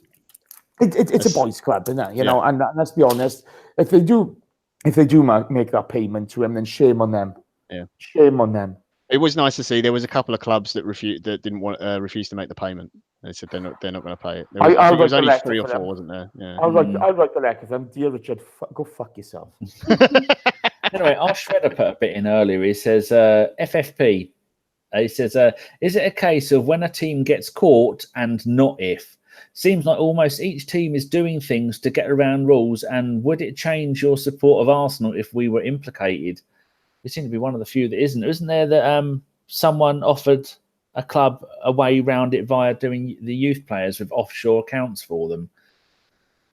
And that's just then, you know, if you have got the work, if you can afford, like somebody said about the Man City bloke, he would rather spend £50 million hiring the world's 20 best solicitors, lawyers, whatever they're called, briefs, to argue it, than he would actually investing that money into football. Because you're just going to get your own way. Eventually, you're going to get up to a point where you go, well, we can't take you to court over every single thing every single time. And it's just easier to let them get away with it. In the long run, if you're at the top, everybody at the top wins. I think FFP was failed from the start. It was never going to work. No, you can't work. It's just like with another Man City one that we all know about. That deal, they did a £300 million sponsorship deal. That sponsorship deal has been independently valued at £5 million. What can you do? Okay, well, let me put it this way, Danny. Let's say You're not an Arsenal fan. You're a Leicester fan. Yeah. Right. You've got yourself back into the Premier League, and you've got an owner with a load of money, and you spent a little bit, probably too much money in the Championship, and actually broken rules there. You come into the Premier League, and your owner says his aim is to get you into the Champions League. Right, that's the start. They didn't even have dreams of winning the Premier League. Then there's these new rules in FFP, not just in Europe, but in the Premier League. You look at them and you go, well, hang on a minute. I've got an owner with loads of money who wants to invest, but he's not allowed to. So all the clubs who are already at the top, they can just keep using their turnover and stay in their position, and no one else can break into that because we're not allowed to spend over what we take in, despite the fact we've got the money to do it. So no one else is allowed to be an elite club. It's only allowed to be Manchester United, Chelsea, Liverpool, and Arsenal because they are already in that position. They're locked in. Everyone else is out. If I'm a Leicester fan, I'll be going, well, hang on a minute. I want to have someone out. I want to have some glory. My owner's got money. Why can't he spend it? It doesn't. You can't say we're going to put it in financial restrictions and restrain people and say, no, you can't do this. You can't overspend, but we'll still make it a fair system, because it's not fair, because everyone who's already in place, it's the same thing that happens in Europe. Bayern Munich, Real Madrid, Barcelona, all those teams, they're at the top. No other clubs are ever going to break that unless you try and circumvent the rules some way. And that's Josh. I know Leicester broke FFP. That's what I'm saying. I don't actually have a problem with it. If you've got the money, spend it. It's one of those things, isn't it? You know, we now concentrate on FFP because we're not implicated in it. Yeah. But let's be honest, we break enough rules as a club. Yeah. Oh, if Stan wanted to come in, like if it wasn't Stan who took it over and it was Alisher Usmanov, and he wanted to chuck a load of money in the club, couldn't care less. Yeah, exactly. I'd be like, yep, throw your money at it. Go for it. I'm you know, you can't pick and choose which rules you break, so to speak. You know, okay, yes, it's wrong under the rules, but then, as you say, the rules are there for the big boys to protect themselves. Because, you know, how much do United get for the DHL training kits, etc.? Yeah. It's more than most clubs will get. You know, the most of the Premier League clubs put together will get for their main sponsorship deals. So, you know, it's... You know, football's fucking broken, let's be honest, when it comes down to money, etc. You know, it's just one part of so many things that are wrong with football, and they're never going to change all the rules and make everyone stick to them. So they're basically saying, just go and do what you want. That's how it's going to end up. Well, look, you're never going to do it. You're never going to have a fair system unless every single league in the world has a wage cap, which will never happen. Even if you did have a wage cap on every single league in the world, whatever league has the highest wage cap will just get the best players.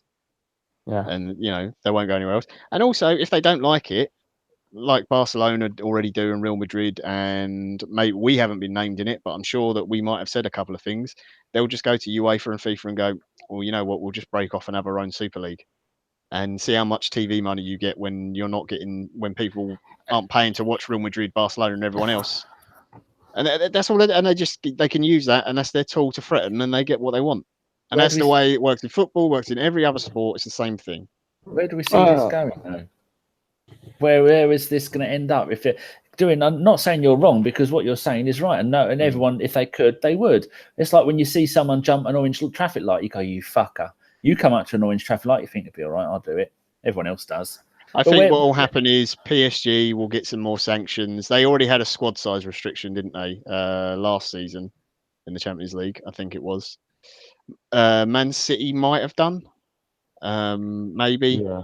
But yeah, 10 years time, this thing will carry on. It won't change. They'll drag it out for a few seasons. By that time, their revenue and whatever will be up at the right levels, and it will all be fine, and it will all be forgotten.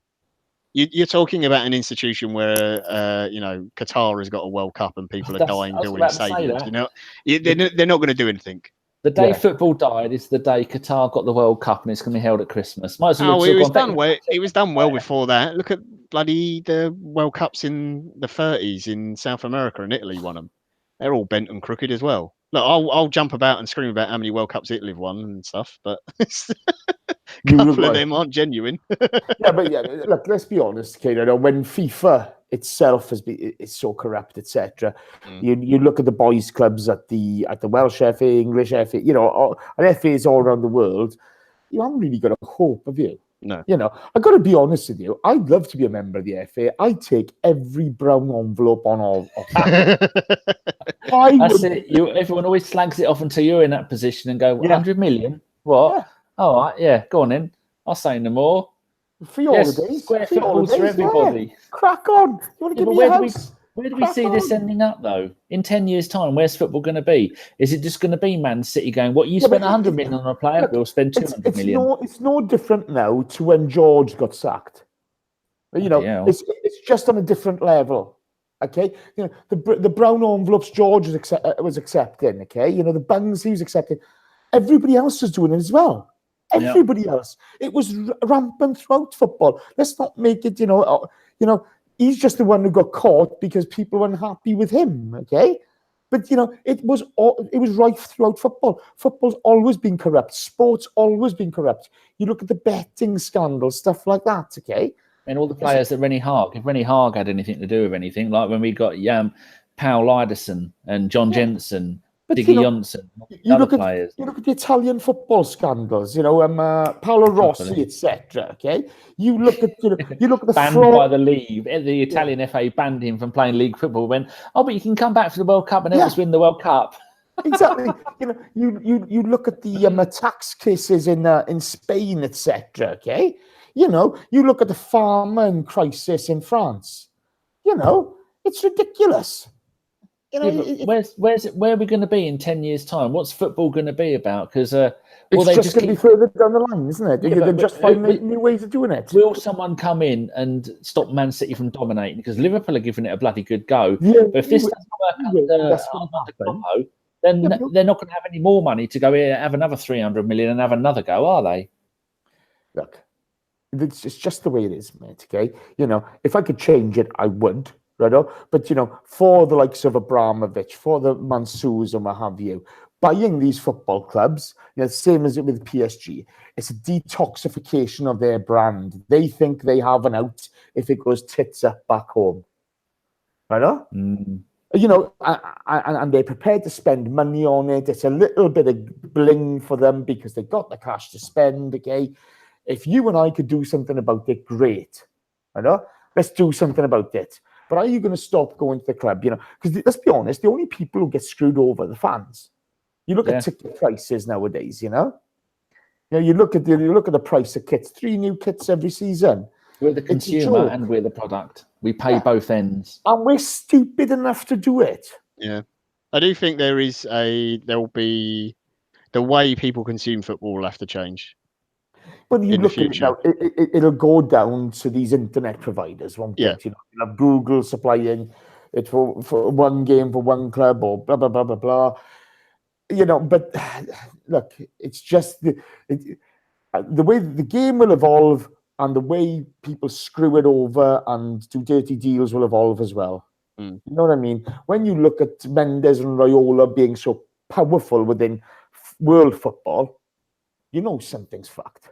When you've got a newly promoted team to the Premier League, they've got more Portuguese internationals in their team than the Portuguese champions. But this is the thing that bugs me, see, okay? People piss and moan about City. You don't hear them in uproar about Wolves yet. Do you know what I mean? Up until the point when they start winning stuff, nobody's in uproar. Oh, look, they play lovely football.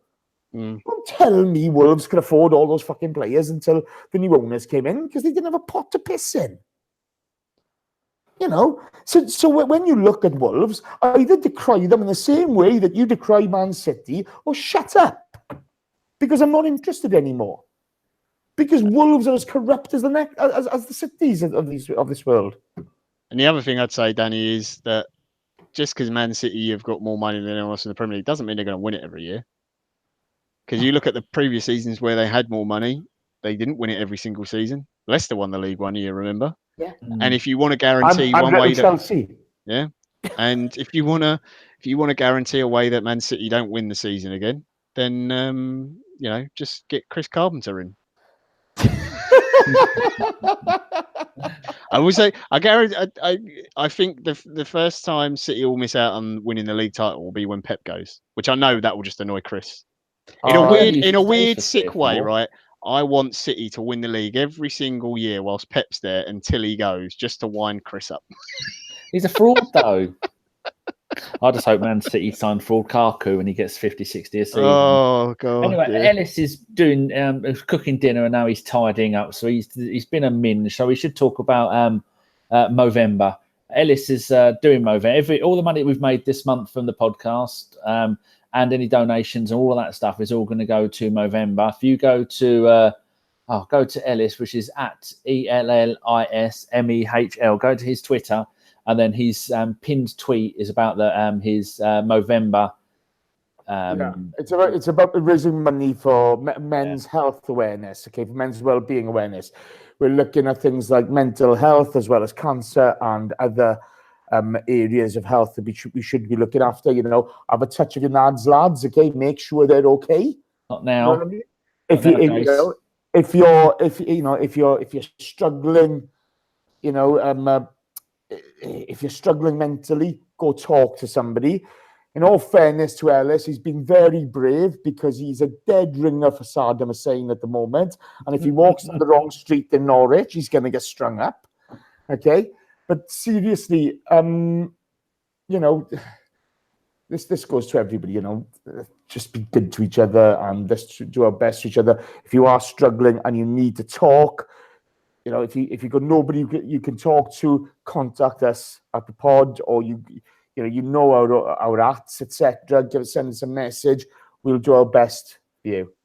But don't be a martyr. Don't do it alone. Speak to people and help yourself. Yeah, help yourself. Don't be scared to say anything about it. Yeah. I was for a long time, and I didn't talk about any of my mental health issues with anxiety or depression or anything like that. And then when I started talking about it, it was a lot easier. Didn't solve everything, but I realised there was nothing to be embarrassed about or anything like that. So, and the one thing, okay, last year, a friend of mine, she buried her brother. I grew up with this guy. I grew up with Phil, and he had a heart attack and hit his head, and unfortunately, things weren't right after that. And his daughter found him hanging. You don't want to go down that road. Be good to yourself, okay? Speak to somebody, speak to a doctor. Don't go down that road. Ellis, to be fair to him, he's doing something really positive. He's doing something really good. Try following that mantra, please. Yeah. And I know a few people have already donated, so I'll just, on Ellis's behalf, I'll say thank you. I know he has tweeted out about a few people who've donated already. But yeah, well, he's met his 250 quid target as well already. So any extra money, we're going to give him all the money we've made this month, and we will make for the rest of the month, including donations and everything. Yeah, so, and if any of you lot are doing donations or not donations, are doing Movember yourself or doing any other charity things, like I know some people are doing running and all those kind of things, give us a tweet at the pod and we'll retweet your donation page and stuff and try and help get you some money as well and just raise awareness for it. We will support you in any way we can. Yeah, so always for a good cause. You guys are good enough to support us. We want to be there for you. ABW was not about us just talking football and you having a listen. It's, I hate to say this word, we're a bit of a family. You know what I mean? If I don't see Thunder Road being annoying in the chat box, I worry about him. What's up with him? I don't know. I know you would wonder what's up with him if he isn't being annoying in there. But exactly. When we do get a troll, he goes after the troll. So it's like our very own troll that there's a troll hunter. But another thing, people, if you have got anxiety and mental health issues and things like that, I know a couple of people that have tried vaping CBD oil. Now, go and see your doctor before you do any of this and talk to them about it. Mm-hmm. But there's a very good friend of mine, and she couldn't even walk maybe half a mile to the local shop, and because she didn't want to go out, she couldn't talk to people because both of her parents died within the space of a year. She's younger than me, and so I said, look, a friend of mine was vaping CBD oil, similar things to you. Now she's got to the point where she's walking 5 or 6 miles a day. She'll go out, she'll be talking to people. She's more outgoing, she's more friendly, she's sleeping better. I mean, I personally take CBD oil or hemp seed oil. I get mine from Amazon, and it helps my arthritis. It means my joints bend properly. It means I don't have to take shitloads of other medication and painkillers. Yeah. So that's one of the best things. And it's only, you can go and get the vape kit with the low level of CBD oil, maybe the 5% or the 10%. You can get that for 30, 40 quid. And even if that means that you are not taking as many painkillers, because opioids are so bad for you, and that's what's in most painkillers. So that's another thing that we found out from talking to people, and Joe Rogan is always going on about it. It's this thing of talking, isn't it? Yeah. Go to your doctors. I remember I was watching on TV the other day, something about China, okay, and they showed the guy standing in front of the tank at Tiananmen Square, okay, and that to me is possibly the single bravest thing I've ever seen in my life. Do you know what I mean? He's just stood there, you know, I'm going to stand up for my rights. I want a bit of freedom, etc., etc. And then, unfortunately, last year, there were a lot of funerals to go to. And when Phil passed away, I'd known Phil since I was a kid, you know, so we were in primary school together, always happy-go-lucky. You know, he's got a wife and daughter, and he was so proud of them. And when you understand what he did, he took his own life, Fredo. How much of a struggle must he have been going through every single day, okay, to then do that? How brave must he have been every single day to actually, face another day when he wants to do that? People are brave every day. Don't let yourself down. If you need to talk to somebody, you can talk to idiots like this, but go to your doctor, get some help, and just keep positive. Do your best to keep positive. But what Ellis is doing is fantastic, and he's to be applauded for it. And just to cheer everyone up a little bit, because I know it was a little bit somber, that bit. Jovi82 asked the question, what are your guys' thoughts and feelings about the new Spurs stadium? Is it built yet?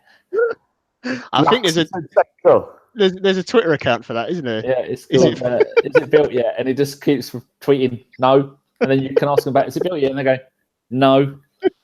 It's an absolute. It's also a joke how they're getting away with it as well. Oh, 3 states. The law says you're not allowed to have any more than 2 home stadiums in a season. They're currently at 3, or they will be when they move into that shithole. It's brilliant. I saw something the other day that they don't even think it's going to be finished this season now. They might not be into it until next season. I gotta be honest with you. I hope that's true. I really hope that's true. Oh, and then there was the advertising standards people saying about that maybe they have to remove those signs about the thing of it's the only stadium in London to watch Champions League football. Do you know what? The best bit about it is they were at one point they were paying more money for electricians than they were for players. And half those electricians were gooners, and they were fucking shit up on purpose. Absolute genius. Beautiful thing. There's one more thing about the doctor thing. If you go to your doctor and you don't like what the doctor's telling you, go and ask to see another doctor. Change surgery. You don't have to stay with one. Like personally, there's one doctor at my local place. I won't have anything to do with her because the number of times she said to me, "Well, what do you want me to do?" And I've nearly told her to fuck off. So there are some, like there's this lovely, the one who diagnosed all my arthritis and stuff, she was from India. She was magnificent, but as usual, she was only on placement there. She managed to sort out in a month what I'd waited 3 years going, well, why am I aching? What's going on? What's wrong with my back and my neck? They're probably fed up with seeing you, Danny, and all your whinging. We have to put up with it all the time. Well, I did go 40 odd years without having to see a doctor ever. Dan, do you know anyone in? Did you say my neck, my back, my neck, my back? I know. I said I started off with my crack, Jace. That's the only part of my head I can't reach properly. Even with my itching stick, I still can't quite get. I tried bending it, but no, it's not having any of it.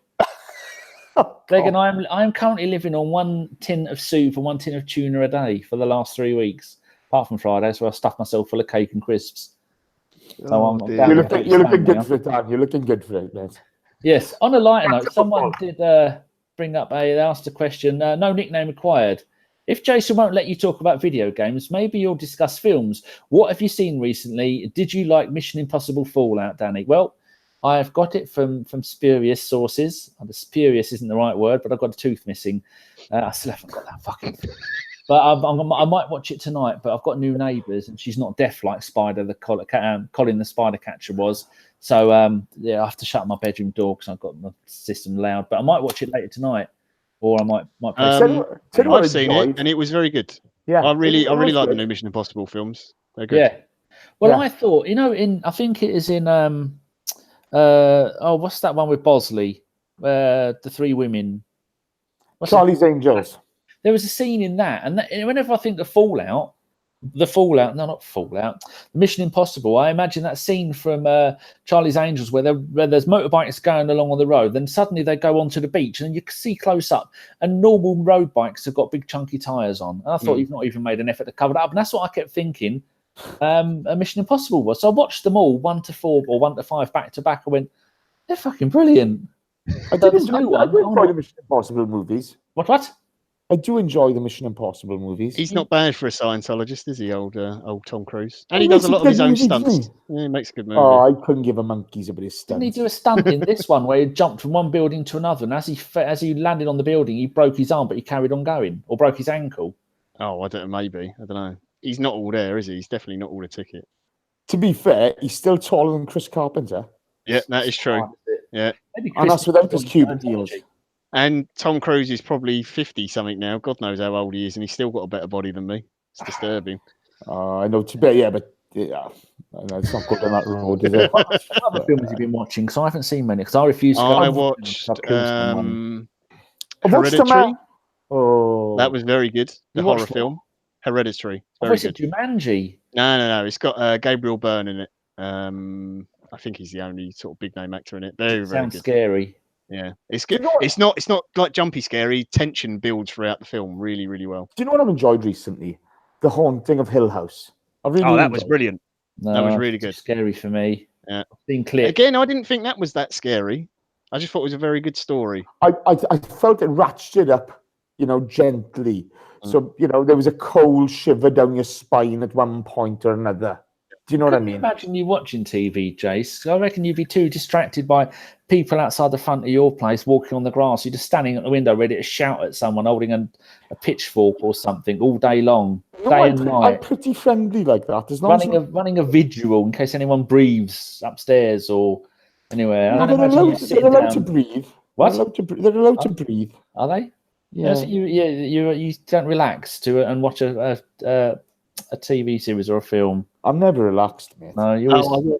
What else? I actually watched about 4 films in the last week. I watched The Meg. That was dreadful. God. Absolutely awful. Does Jason Statham punch its eyes out? In one point in the film, it did look like he tried to kung fu kick the shark. I'm not going to lie. A giant shark that was bigger than a double-decker bus. Yeah. That was pretty bad. You're really hungover on a Sunday and you've got nothing else to do and you basically can't get off the sofa. Just stick the Meg on and your brain will melt because there's just nothing happening. What else have I seen? If someone had the Meg on in my house, I would try and get out through the cat flap rather than watch it. Not interested in nonsense. Outlaw King, which is horribly historically inaccurate. Horrendously. Is it Braveheart style? Oh, it's worse. Let me put it this way. It's not a spoiler because it's not true because it didn't happen. Edward Longshanks dies before the Battle of Bannockburn, despite the fact he led the army there. How could they make a mistake like that? Was it poetic license for people who can't be bothered? I thought Bannockburn is his son. No. The Battle of Bannockburn. Yeah, no. That was him. Edward was there. Yeah. Are you sure? Yeah, I looked it up. Unless Wikipedia's on. Okay, fair enough. Someone, a Big Bunny Kane says Equalizer 2. I watched that. That is a rare film where, all films have got the start, the middle, and the end. Act 1, 2, and 3. Act 1, you think, this could get good. It's interesting. Act 2, this is very good. Act 3, what the fuck? Somebody else decided we're changing film halfway, third of the way through. What a load of shit. If you are going to watch it, people, just watch it until about 2/3 of the way through, then turn it off. Yeah, shit. I like the first one. I didn't like the second one. Yeah. No, it's just rubbish. Maybe. Yeah, Cole. Cole likes Desi said that Edward Longshanks died before that. Oh, there you go. Okay, I'm there wrong. you go. There you go. Well, I thought he had it. I'm pretty sure he wasn't there. You know, Oh, Well, Kelly maybe they- says the Meg was great, John. Stop it. I'm pretty good on. I'm Not pretty good. good on the history. I'm terrible with the dates. I can remember some things, but not. I'm that. not good on dates, but you know what I mean. On to English kings, my favourite king is still Edward II. Actually, Henry the. Oh no, Emery the Second. Henry II. Henry II is my favourite king. Did you say Emery? Henry. Emery. Henry. Oh right, I thought you said Emery. No. Sorry, I'm playing Golf Clash and I just lost to some twat. Oh, excellent. Yeah, Chris gonna was doing end that him. all last show. He was playing FIFA. And he still managed to talk non-stop for an hour and a half without breathing. English king, because he's the lawgiver, and he ordered the he got Thomas Becket, that nonce murdered. Was he? There's a good series on Channel 5 at the moment. It's the what's that car? The big next to London Bridge, that big castle thing. I've only watched 3 hours of the bloody thing and I've forgotten the name. The castle where the Queen used to. Huh? The house? Are you talking about the Houses of Parliament? Or are you talking about the Tower of London? That's it, Tower of London. There's a 3-part documentary on that about all the beefeaters and all the stuff and all the history. I'm Welsh, and how do I know more about your country than you? No, you don't. I just forgot what it was. I could draw you a picture. Well, I'll draw like a 3-year-old, but that's got some really interesting stuff in there about all the history of it and all the suits of armor. I think when King Henry VIII was at his fattest, that's the suit of armor that I would have slipped into a tree. Yes, I have seen Upgrade, no nickname required. It was good twist, but yeah, it was okay. What films are you asking about? Upgrade. No, never heard of it. Yeah, it's all right. You can get it on those. What is it you said, Danny? Scubius or however you those websites. If you want to watch a film that's got no plot but good action, Mile 22 is pretty good. It's got Marky Mark in it. Ugh. That's Mark Wahlberg. People who aren't old enough to know he's a fucking idiot. There's a guy who gets up at 2 o'clock in the morning. You know, he's going to train for 3 hours. Then he's going to say his prayers. Now, I'm not anti-religious. Okay, you do what you want. It's none of my business. But do fuck off. Fuck's sake. Oh, and also, unbelievably, the best Nicolas Cage film in like probably 10 plus years. Mandy. It's brilliant. It's amazing. One of the best horror films I've ever seen. It's all about him and going to nightclubs on MDMA. No, it's actually a biopic about Mandy Moore. I don't know who she is. I like a bit of Nicolas Cage. I preferred Mandy Patinkin. Oh, didn't he do Chicago Hope? Something like that, no? I think he did. He was his missus topped herself in the bath. Oh, it's a bit rough, isn't it? He was a bit sad about that. It was a great series, though. Chicago Hope, one of the best, right up there with House as one of the best hospital ones. The rest of them all shit. Hotel Artemis, that was a bag of shit. Is it? Yeah, that was really disappointing. There's a good series on TV. Have you seen Killing Eve yet? No, I haven't watched it. Oh, it's very good. I started watching the new Narcos, so I've heard it's good, but to be honest, the people who are telling me it's good, I don't particularly like. So I don't listen to them. What are you on about? Why you haven't watched Killing Eve?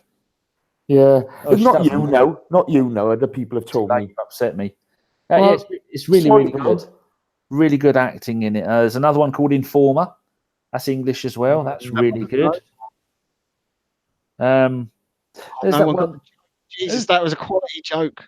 What? Informer, Snow. Oh dear. 12 Inches of Snow was his album. Only on the Trades Descriptions Act. There's that was that one with Amy Adams in on Netflix. That was really good. Oh, I like Amy Adams. Oh, I love a bit of ginger lady before people get the wrong idea. Jesus wept. To be honest, I watched the Justice League the other night because I was bored. Oh, that film's dreadful. I love it. I think it's great. Even the special effects look 10 years out of date. I don't care. And if Aquaman says, "Oh yeah," or "My man," I do think he's Hulk Hogan. Oh, he's awful. I'm not being funny. To be fair, it's a comic book movie. What do you want? But it's really bad. They're like the worst characters. They've gone, we run out of decent ones, right? What scrag end characters have we got here? Sausage Man, Lettuce Lady. Okay, here we go then. Man with no Favorite head. comic book character. Well, there was a good one when I was listening to the Kevin Smith podcast, Fat Man on Batman or Batman Beyond now, and they said if you could kill off any one comic book character that was never allowed in any comics, TV, cartoon, films ever, which I said straight away, Spider-Man. Get rid of him. I like Spider-Man. Noncy little shit. Oh, He's not even a man, he's a child. It's Trey's description right away. that's easy, Jace. Batman. Every time. Yeah, I like Batman. My favourite is Constantine. Oh, he's good. What, the TV series or just the film? No, the TV series is fucking awful. The movie I enjoyed, but I like Constantine. You know, I think it's a good character. Cole likes Desi, says Superman, The Flash from Marvel, in brackets, rest in peace, Stan Lee, and Hulk and Spider-Man. No, but there again, Kelly says, Ugh comics. I agree with her. I never read a comic in my life. I'm never going to. Are my other favourite comic book characters? The Fat Slags. I actually bought the very first episode of issue of Viz in 1987, I think it was. I loved Roger Melly. I loved Sid the Sexist, and I loved the Fat Slags. Billy the Fish was an utter twat. Best thing about the first issue of Viz, they had readers' letters. Oh, readers' letters. One. If you are the sort who perhaps partakes of a herbal essence that might get spicy when you smoke it, readers' letters are very good. Yeah. Well, the Lance Armstrong one. I don't know why everybody's getting upset about Lance Armstrong. I think what he's done is amazing. I couldn't even ride my bike when I was on drugs. I did like Ravy Davy Gravy. But that's because I was off my tits for the 90s. Oh, Kurt Walt says Iron Man is the best. I suppose him and Batman are my favourite. But then most of the Batmans I don't like. I only like the Nolan Batman. Yeah, you only like the first two, but you don't like the third one, do you? I enjoyed the third one. I like I just want to be entertained. I don't care about anything else. Just as long as you entertain me. With Tom Hardy, by the way, why is it? Whoa. Okay, John. Point of order. It's about a guy, okay, a billionaire orphan who dresses up as a bat, okay. It's make believe, but but the third one's really bad. I disagree. Nolan went too far up his own arse, and what is it with Tom Hardy doing stupid voices as well in all films? Let's sound straight, okay? It's got Anne Hathaway in it. It's all right by me. Okay? Just saying, bit of a soft spot for Anne. You know what I mean? Nickname says he likes The Watchmen. I've actually downloaded the editor's cut of that. It's like 7 days long, and people have died. The book is much better, but it was a very good film. Yes, and then what did someone else put? Yin Yang Goon says good morning. Good. Oh, Sai says he likes Deadpool. Yeah. Oh, there's a new Deadpool film out at Christmas, actually, a special. Have you seen what he's done? Oh, the 12. PG-13 Deadpool, and he's actually kidnapped Fred Savage because he's going to do. It's a rip-off of The Princess Bride, but instead of the bride, he kidnaps Fred Savage. It's brilliant, and all the money's going to charity. So there you go. There's a good film to go and see. You get to get some humour, and you're doing a good deed as well. Yeah, so the first one was funnier than the second one. Another good film to watch, as long as you don't watch the last 5 minutes, Den of Thieves. That was very good. Wasn't that a computer game? No, what's his face is in it? It's got Ice Cube's son. It's got the Scottish bloke who is in not Lock, Stock, but the other one, Rock and Roller, whose name I can't remember. I love Rock and Roller. What a film that was. And it's got the bloke who plays Porn Stash in Orange is the New Black. Whose name I can't remember. Right, boys, it's 5 to 10. What's that mean? Those sandwiches don't make themselves, do they, Jace?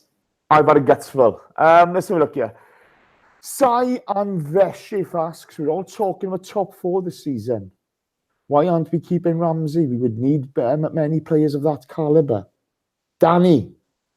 We are keeping Ramsey, Jace. Much like I'm happy with this season, I'm also going to say Ramsey staying. And Ozil's going to leave. Why aren't we keeping Ramsey? Because the club fucked up and they gave Mesut Ozil 300 and something grand a week. God, don't even say that out loud, John. I'm fucking feeling queasy just thinking about that. 300 grand a week to stand still. Jesus, should have got Nelson's column to play in the number 10 for us. But yeah, if he ends up at Bayern Munich or PSG or somewhere like that, yeah, we look pretty stupid. There you go. Any other football questions, peeps? Because we're about to wrap this shit up. Apologies to anybody listening on iTunes or Acast or any other platform. Yeah, please title this appropriately, Danny, for iTunes. Well, we talked about all kinds of stuff. What should we call it? Say the first hour and a bit is actual football, and the rest is nonsense. Yeah, which is what an After Dark is. No, it's not. Oh, An After Dark is about all sorts. I don't want any of your sordid Kit Kat based stories in my ears. Yes, there is an ABW WhatsApp chat group. It never stops. You have to have your phone on silent. You just as soon as you get in, you go mute 1 year. Yeah. Is there one? There's a last count. There's about 7 WhatsApp groups. Too many. I don't know. My phone is permanently on mute. Yeah, so is mine. Apart from when Sean WhatsApp music goes bzz, bzz, just vibrates. That's There's an awful lot of bollocks spoken in those groups, mainly by me. It's normally me and Jason winding up Chris, to be honest, or trying to play football in some way or another. You know, if you listen to tonight's pod back, you'll hear farming crisis in France. You know what I mean? Didn't even get a giggle, but Chris would spot that. You know someone's asking, have you seen Bronson? Seen it a few times. Magnificent film. I never watched it. Oh, Tom Hardy, he's best. Absolutely great. Colin the Spider Catcher next door, when he was in the Scrubs, he served tea to Bronson's cell once.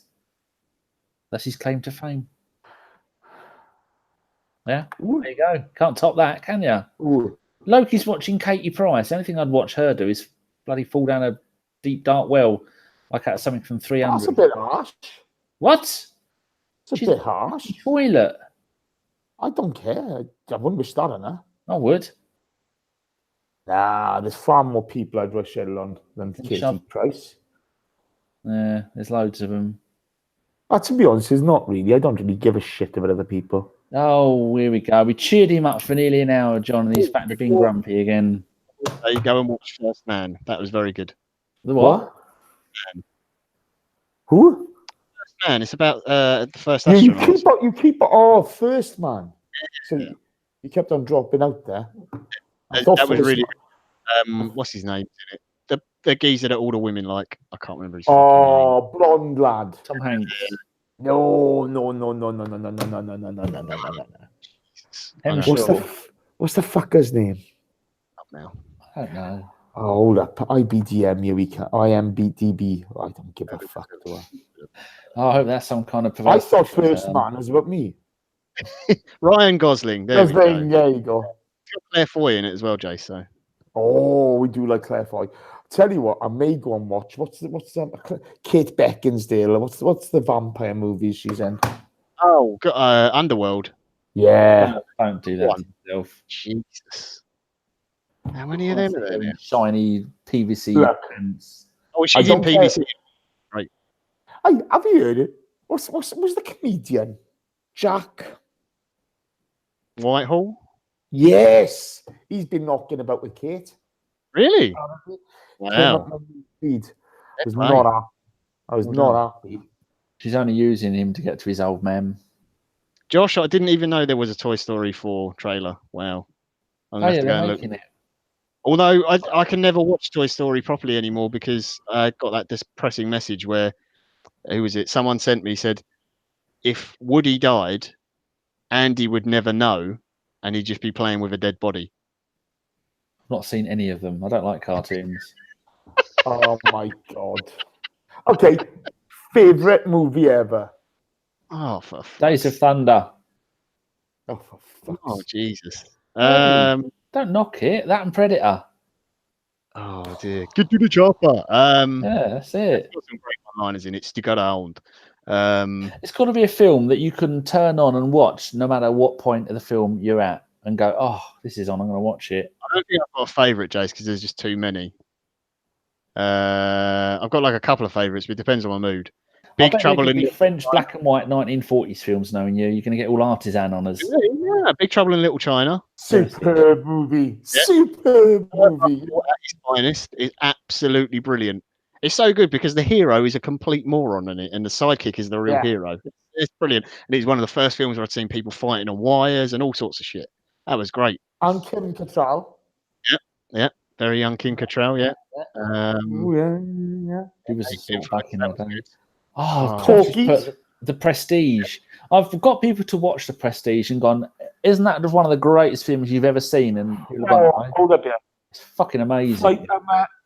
Ted Woods put Flight of the Navigator. Somebody ban him. Somebody ban him, please. Okay. Now, Loki 73's gone in there with Raiders of the Lost Ark. Nice. Fucking Goodfellas, I wouldn't even eat their pizzas, let alone watch their fucking films. Shit. In Time.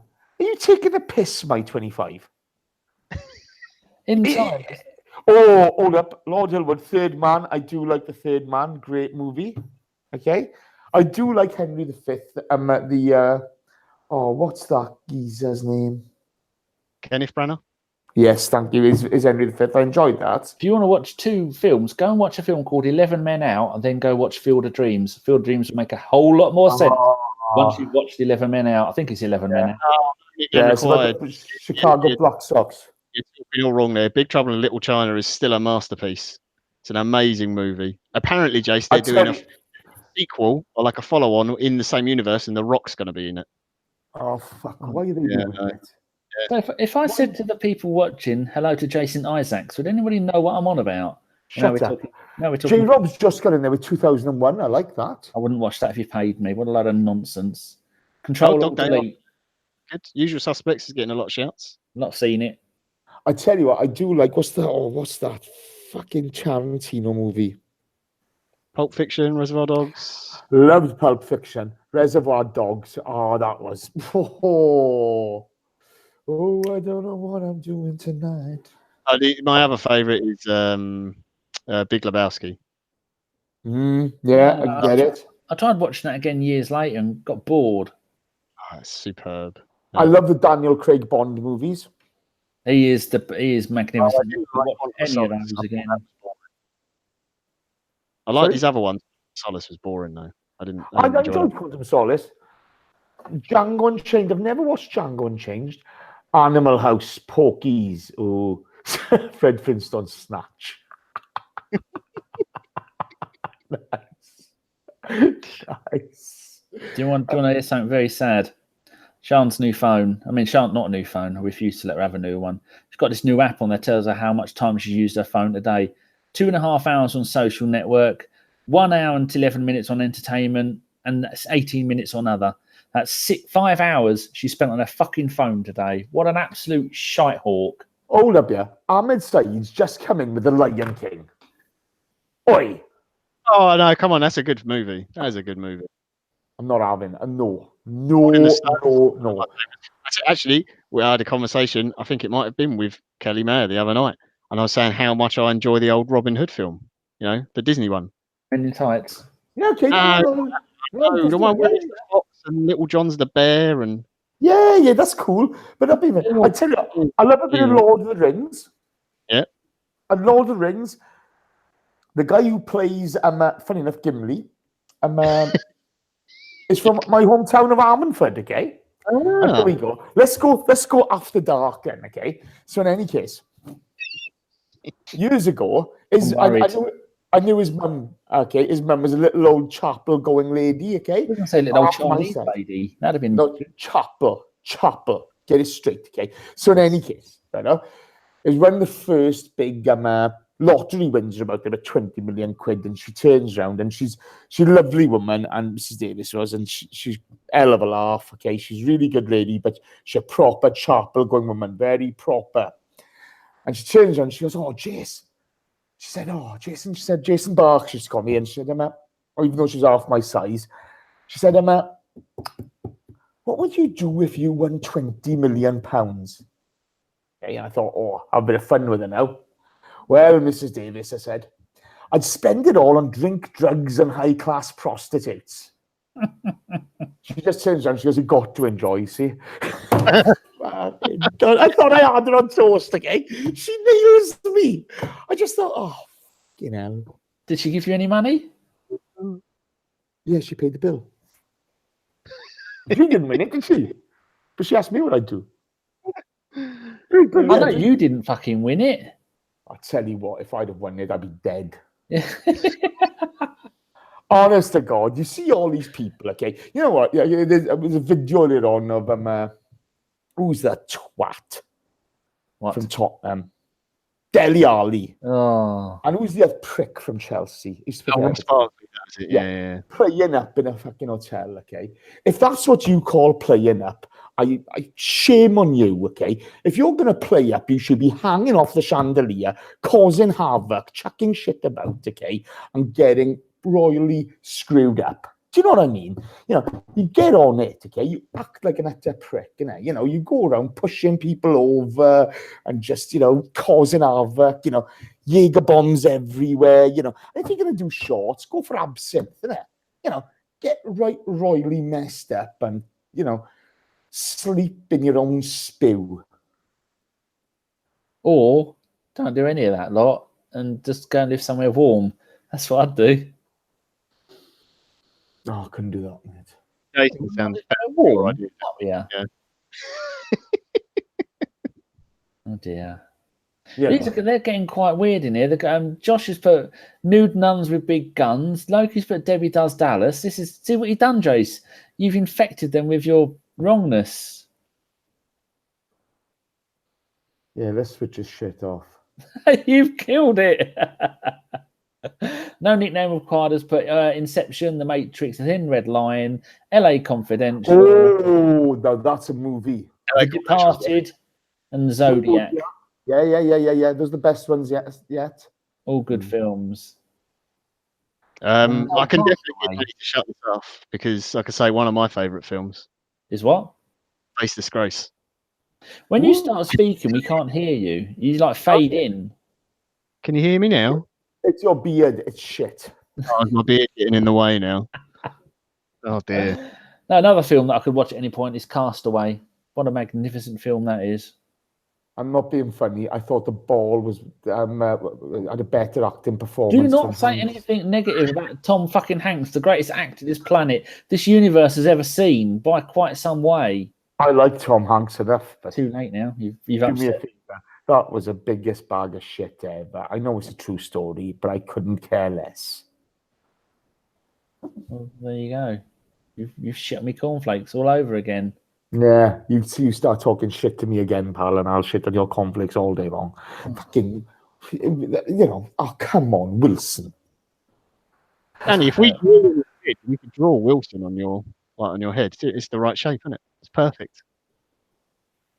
That's not very nice. It is actually, isn't it? It's reminding me of St. Paul's Cathedral at the moment. Oh, I tell you, that's a film I haven't seen for ages. Is The Crow? That was great when that came out. No, not a fan. Thought that was yeah. Didn't he? I don't like any films where there's kicking and punching. It was a blank, wasn't it? I'm not being funny. Too many guns in movies, for crying out loud. What's the matter with people? So I'm telling you, go and watch Come Face Disgrace. Much better movie. Come Face Disgrace. Oh, right, okay, I get it. Oh, we dip our toes in the pool of bloody perverseness. Oh, Loki 70 feet. I used to sell copied vids at school. Well done.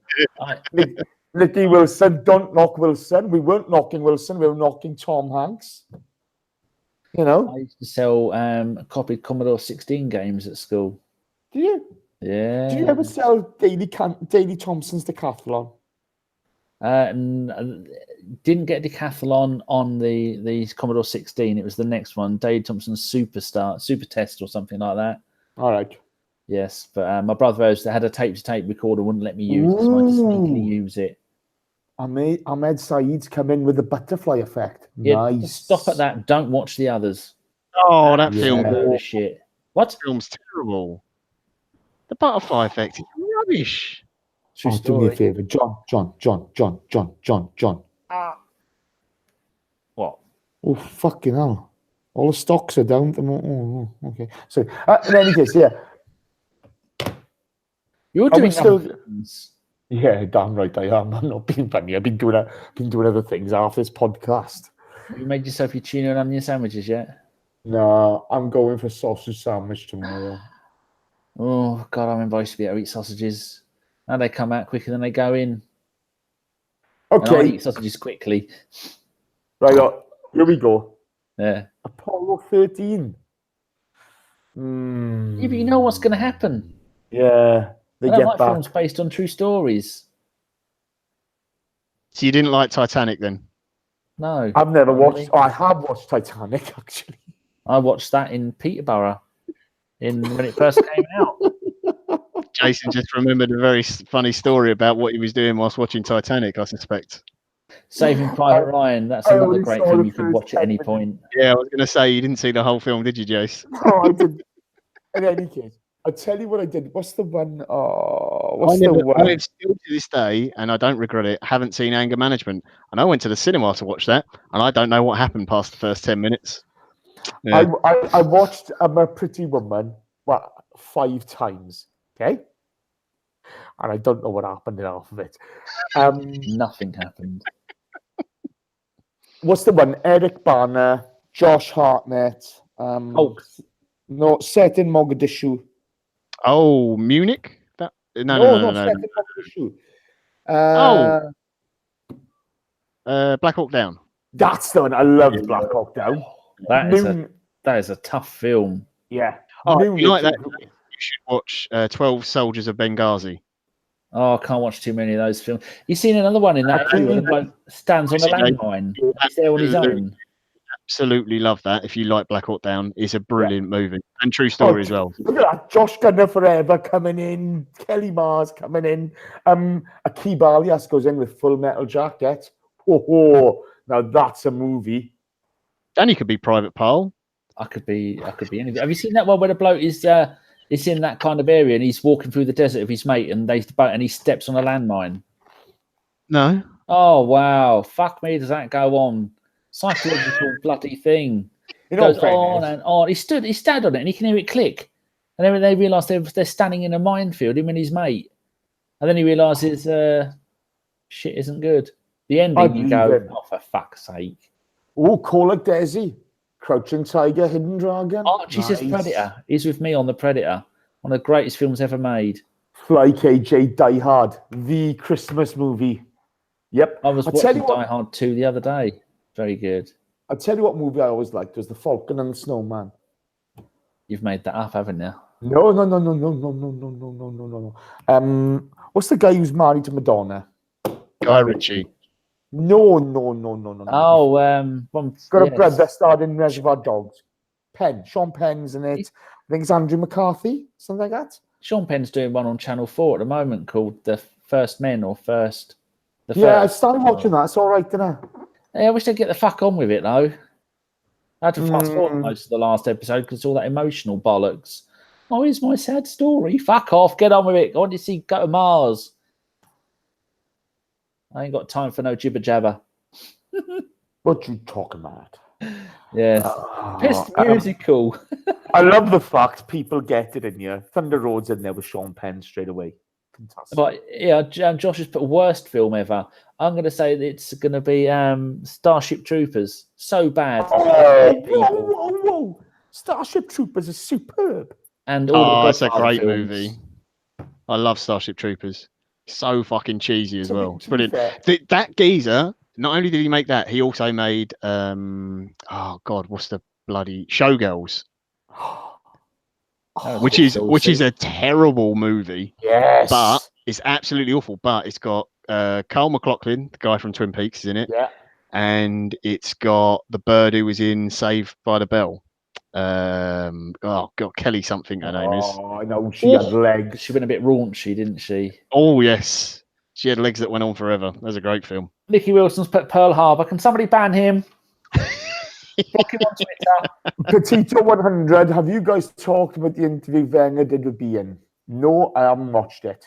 I haven't seen it yet either. I No. saw someone screen grabbed it, and I thought I'm not interested in anything Wenger has to say after ruining my club, so he can get lost. Tripping in your oh, for fuck's sake! Don't get me started. Ruined it. It's his fault. Yeah. Ramsey's leaving. Captain Phillips is great. You know what? I wasn't a fan of Captain Phillips. Only if you watch it once. Any more than that, pointless. Yeah, Kelly Mayer was right. It's not Kelly. It's Elizabeth Barkley. Yeah, that's it. Yeah. Gina Gershon. Gina Gershon was in it as well. Elizabeth Barkley. Who's the one who went on to Beverly Hills 90210? Shannon Doherty? No. Oh, Tiffany Amber Tyson. She hasn't aged well, bless her. She sounds like a ginger. Our 2% female listener audience is dwindling by the minute. yeah, sorry, girls. I keep a few times now. I tell you what, ladies, I've got a bit of a soft spot for Ryan Reynolds, I must say. I can't stand him. He's great. Who's the other one? Chris Pratt. He should be taken out in a woodshed and shot. Fat fuck. Hate everything you've ever done. Did you just call Chris Pratt a fat fuck? Yes, I did. Fat, talentless fuck. You're not funny. Get fat, fuck off. Oh, dear. And I didn't like... What's that thing he did where he's a bloody spaceman with his... Oh, look, just got a normal gun, a little pop-down mask and a suit. No, you're fucking not. Fuck off back in your ship and fuck off. Guardians of the Galaxy. That's it. Number one was good. Number two was an absolute fucking piss take. Do you know what I like about Ryan Reynolds? Very little. He's been married to Blake Lively, or he's still married to Blake Lively, and to what's the bird from? What's the lady? What's the lady from Avengers? Oh God. Joanna Lumley. Romanov. Joanna Lumley. No. Oh Christ. What is her name? Black Widow's character. Actress. Yeah. Oh, I can't remember her name. Oh, funny, Don was here. He'd know right away. Scarlett Johansson. Yes. There we go. She was round here yesterday doing my cleaning. She kept trying to force herself upon me. Well played, Ryan. I said to her, until you learn how to make Marmite on toast properly, love, you can fuck right off. 2 lumps ruined. No, each one wrong. Right, I told her to get out.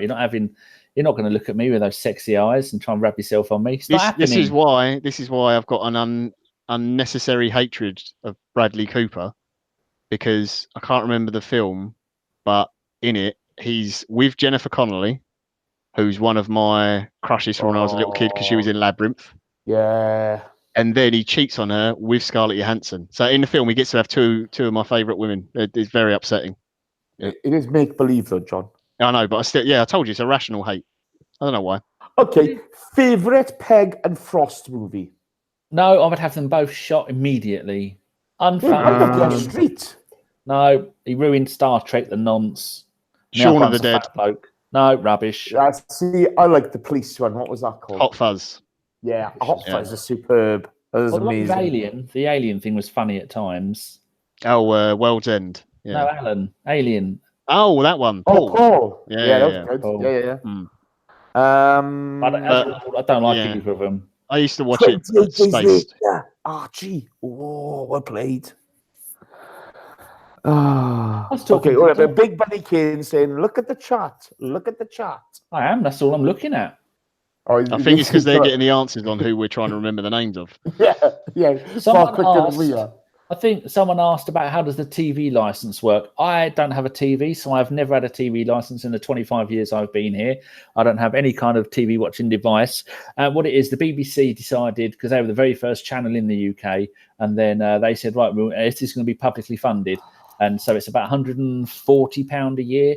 And then they get the majority of that. And then ITV, which is the third, gets some, and Channel 4 gets some. Sky get a teeny bit, but they can't enforce it. The bloke comes round and he could see my telly through my window. It says, a TV licence, I don't have a telly. He looked round, looked at my telly, and I said, you don't have a telly? I said, I don't have a telly. And I swear his words were, okay, sir, same time next year. And he came round the next year and did it again. Tell him to fuck off. He might just think you're not well, Danny, and just look at you and think that bloke ain't got a clue what's going on. He can't even see the TV on his wall. Well, he'd just been round to Rowley's house, and Rowley went, "Oh, sorry, mate, I've got a TV and no license, so I don't have one." That's a monitor. You can see there. This is a monitor. I watch no TV. That's a fact. I don't watch any.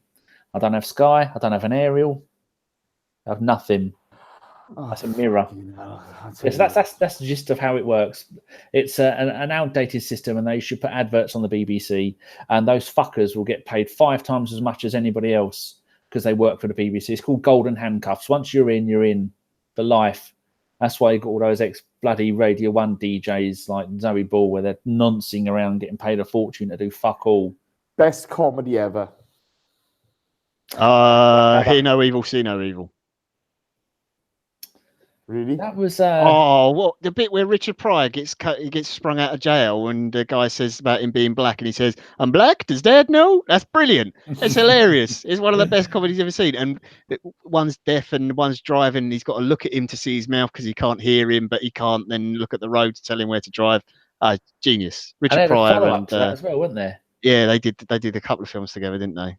Him and Gene Wilder were brilliant. Yeah, the Brewster's Millions. That's another one I think they did together. Oh, Hangover. Yeah, that's good. I do like The Hangover. I guess Trading Places, stunning. Yeah, another very good Christmas film. Ghostbusters, one of the best films. Ghostbusters is superb. Mm-hmm. Yeah. I'm not being funny.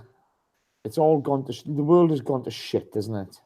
No, not really. It's right here. Hey, Jace, best comedy ever from Josh Gunner forever. Mustafi highlight reel. He got man of the match recently. How dare you, Josh? Take that back. No, it's the best highlight reel for comedy ever is Coquelin bouncing off of Eden Hazard. Whenever Chris talks about that in the groups, I just pop that in. Get the clip out, get it going. Super Bad. That was a great movie. Super Bad was superb. That, or go back to the clip where Chris says that Arteta will do a job against West Brom. And then splice it with his substitute appearance where he comes on, concedes an own goal and gets sent off, or whatever it was that happens. I think Francis Coquelin will be very important to Arsenal winning anything. The reason I'm saying the world's gone to hell is there's a new Transformers movies coming. Oh yeah, it's called Bumblebee. Oh yeah, it's a spin-off. Yeah, they're doing individual ones now, like law shit. Stories. Yeah. Akib says best Denzel Washington movie is one of my favourite actors. He's put Training Day. Laurel Hardy. What's the one where the plane crash one? Flight. I got me and Sean watched that recently, and she fell asleep in the last 10 minutes. I turned around, she was asleep. I nearly hit her. I'll give you all of that. Magnificent film. Like Desi comes in sitcom. British Only Fools and Horses. American Married with Children. Film Eddie Murphy Raw. Ooh. In between English would be Blackadder or Bottom. And Only Fools. The Lord Hillwood comes in with American Gangster. Is that a comedy? Yeah. No, that's Denzel. He's answering the Denzel question. All right. They're about 7 seconds, to be honest. My favourite American one is Seinfeld and Modern Family. I'm starting to watch Seinfeld. I've just been catching up on what's that one with they're all geeks. Oh, Big Bang Theory. Yeah, that's it. Started watching that. Oh, fucking hell. Curb Your Enthusiasm every time. Yeah, that's very, very good. I've never watched it. Oh, it's amazing. Because if you watch it, Jace, there are aspects of that man that basically personify, every single one of us in that group personifies a certain aspect of his personality, because we're all miserable bastards about one certain thing. And he's the biggest curmudgeon in the world. Everything annoys him. Whoa. Has he seen some flip-flops? Are you calling me miserable? Peep show, definitely. If you're new to ABW, you won't get that. But it may be the finest soundbite ever from this podcast. It's just fucking hell. I only listened to that like 3 days later. It was quite good. It wasn't even planned. I was commenting on something else. Wasn't it? Chris showed us a video of a book, and there was a flip flop next to the. No, I'd been out in town, and I'd been chucked out of a nightclub for wearing flip flops. Which is why you're called Philippe Falop. Yeah, which is why I'm called Philippe Falop. I love a flip flop. Okay, and Chris pops an album cover in to the group or something like that. That's all he can. Nickelback, wasn't it? Nickelback, something like that. Yeah. And Danny comes in the voice message. Well, I can't even do it. It was just fucking brilliant. Didn't I go, whoa, whoa, whoa, whoa, to the left of the L? Yeah. It's fucking flip-flop, Dave. You spin round yours. Oh, and then I'm not going to repeat what you said after that. Yeah. But it was stickers. Lots of swears. Oh, Josh has put It Crowd. Magnificent. Because the best episode was where the internet lives in Big Ben. Do you know what one of my mates works on that, the IT Crowd. Did he? Yeah. He was a showrunner for it. He's in 2 of the episodes as well. And he's in an episode of Phone Shop. He worked on that as well. That was pretty good. Yeah, Phone Shop was good. I like the fact that there was the reggae nightclub for older men, Jarmageddon.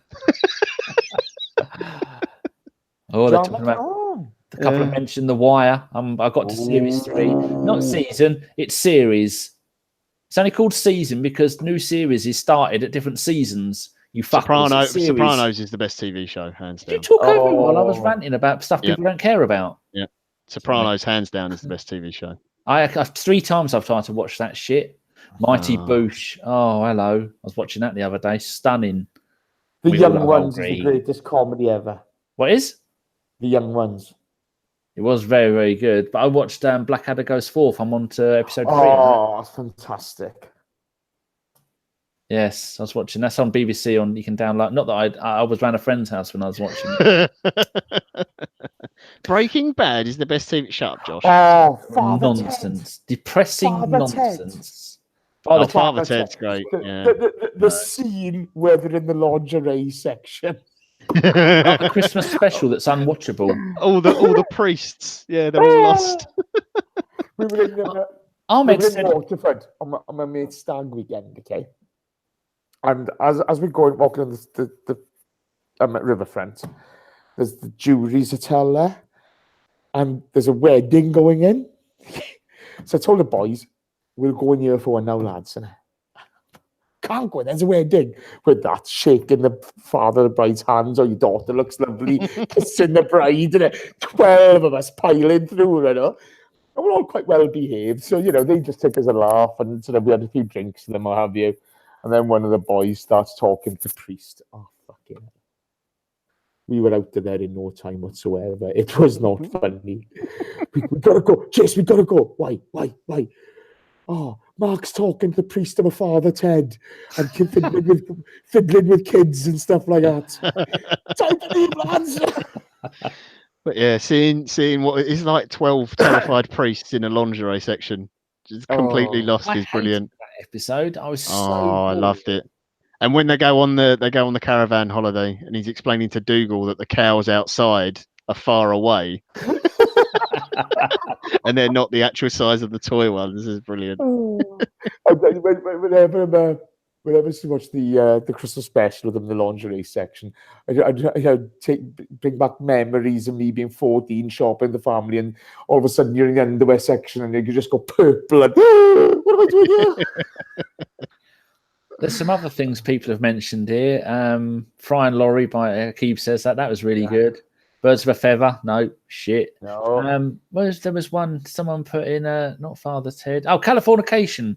Ahmed put that. That is magnificent. That is a good show. If you like boobs, you like boys and boobs and boys. If you like lots of sex, then it's great. Miss Panel Show. I was watching that the other day, and it had Ulrika Car before she went full turkey gizzard neck. Don't know what happened. She just had new boobs in it, apparently, because I kept going on about it. Kelly says Mindhunter, John. You see, you've replied. What a series that was. That was very good, yeah. I didn't realise it was her from Fringe. I knew I recognised her. Oh, I enjoyed Fringe.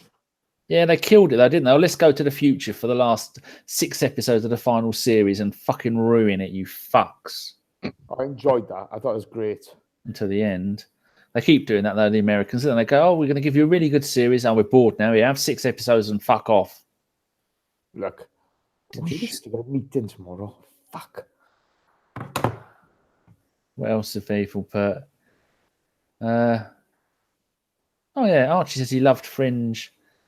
Kelly says her parents loved Fringe. Oh, dear. I don't think that's fringe, Kelly. Oh. You can't say stuff like that to Kelly because she will find all of us and kill us Oh dear. or set her cats on. I want to talk about cats, Kelly, and they won't let me. I've got Bergie over there, Dora there, Betty there. I think Lily's been eating my She's lion. coming with Cheers. I liked Cheers. Enjoyed Cheers. Yeah, Cheers was good. Kirstie Alley was my crush when I was growing up. Vikings, new series of that starts any day now, 22nd, I think. First season of True Detective was magnificent. The Series second 2 was awful. 73. 73 straight in there. Bro, we're on the same level. I get it. You feel me? Fred Flintstone says Dexter, another one the Americans killed by going, we're going to stop this now. I'm ruined the last series. Steve says Frasier. That was quality. Do you think we're going to get hired by the BBC for the new, film 2019 series? No, I don't. Our reviews haven't been great. That was good. That was shit. We haven't really expanded. Josh is on about a cat called Stampy. Who's that? What? Danny, can we shout out to Stampy too, the other ABW cat? Oh, is that Ellis's cat? The ginger thing he got. Is that the ginger cat? Is that what it's called? Whoa. When I saw all this shit started. No cat. Oh, you said no computer games, no cats. Yeah, you did say that. Yeah. Thank you. Yeah. Ahmed hasn't seen Luther. Wow, one of the greatest series ever, all the way through every moment of every episode. Well, you heard that, chat. That's a new hashtag for Twitter. Hashtag fuck Ellis's cat.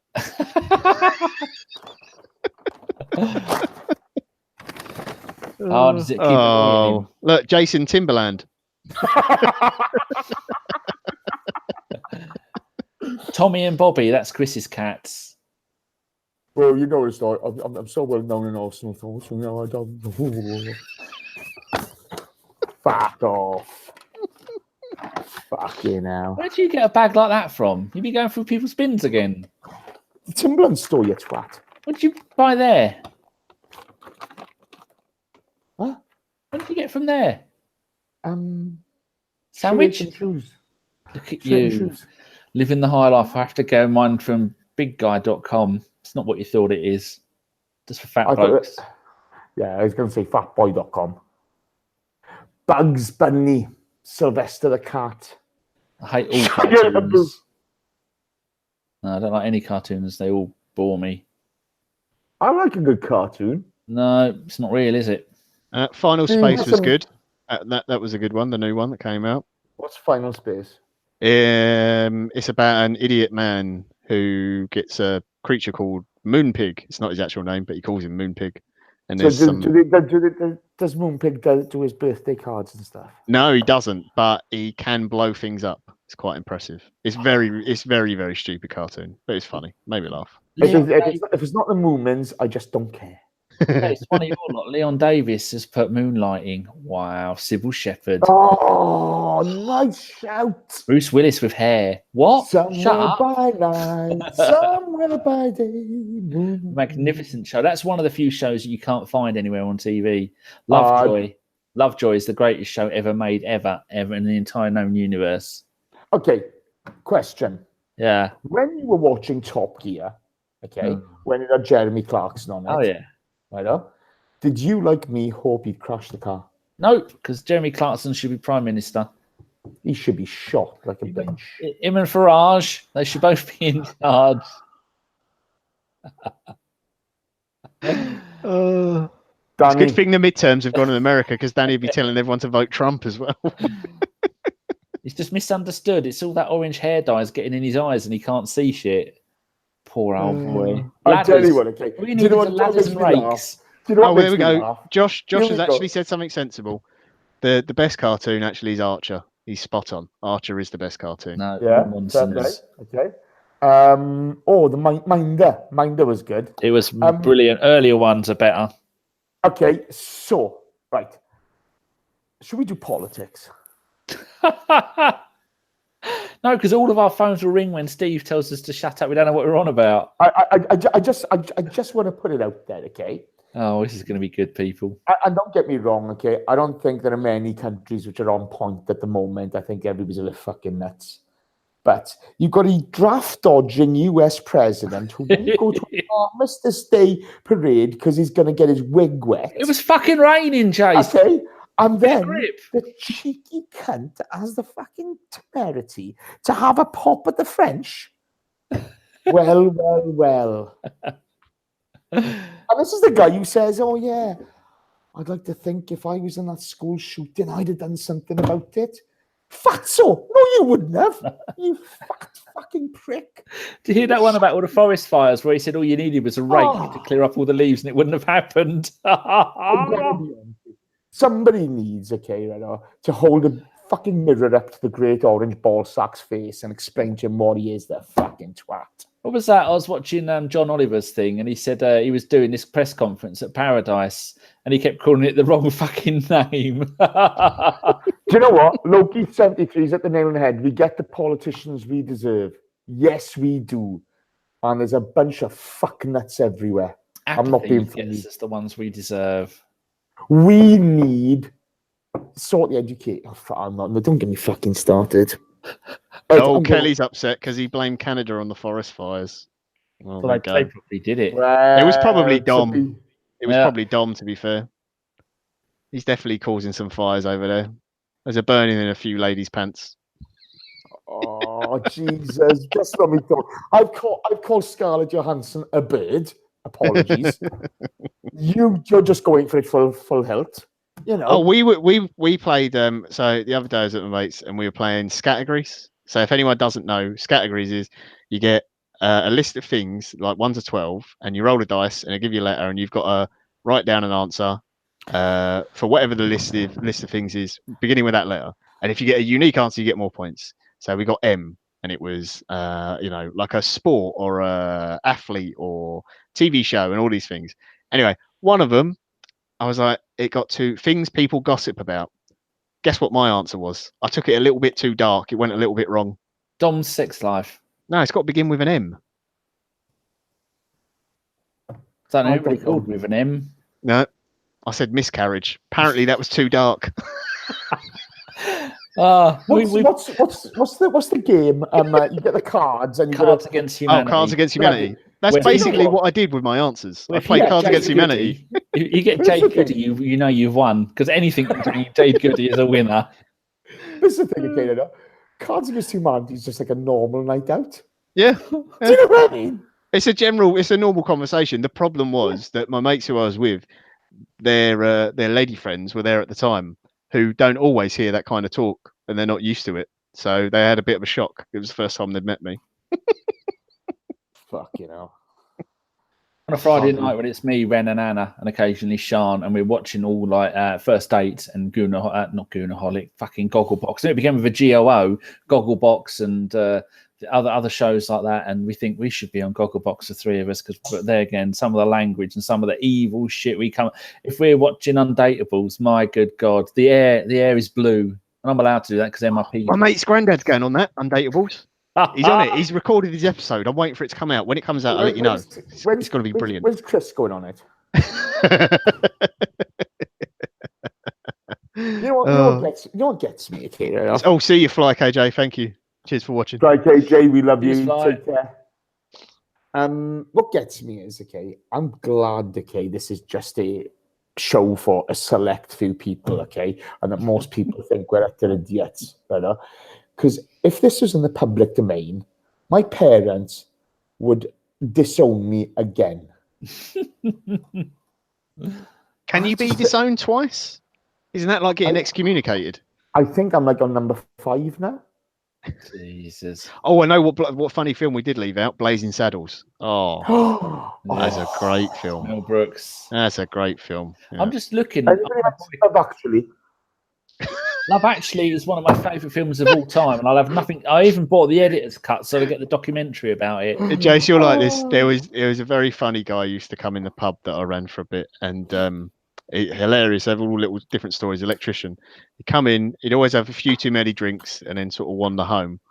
But he got near Christmas one year, and he's saying, and everyone's talking about Christmas films, their favourite ones. Everyone's going, "It's a Wonderful Life" and whatever. And he says, "You know what I like? I like Love Actually." I was like, "Really? It's a bit of a, bit modern. It's a bit weird." He said, "No, you know what it is. I just like to go home, be at home alone, drink myself into oblivion, and just have a good cry.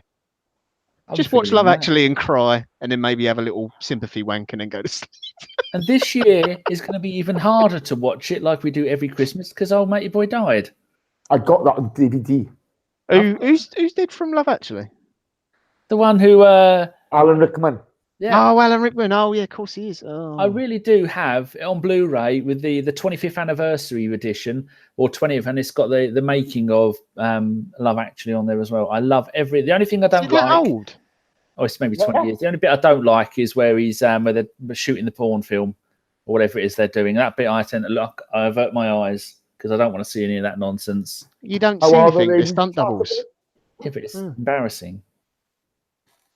Yeah, I'm just looking at on Amazon for that board game, Cards Against Humanity, and I'm scrolling down. You've got Exploding Kittens. Exploding Kittens is really good. I've played that. Bears v Babies, a card game. Yeah. Where was this other one? Santa versus Jesus, Game of Thrones. What the hell are people?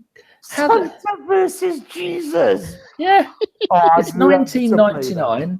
And it says, please note this game is not suitable for children. I kind of gathered that. And it's got a rating of... Do you know what pisses me off? Exploding Kittens is really good. To say there's a disaster in the world and somebody puts on there...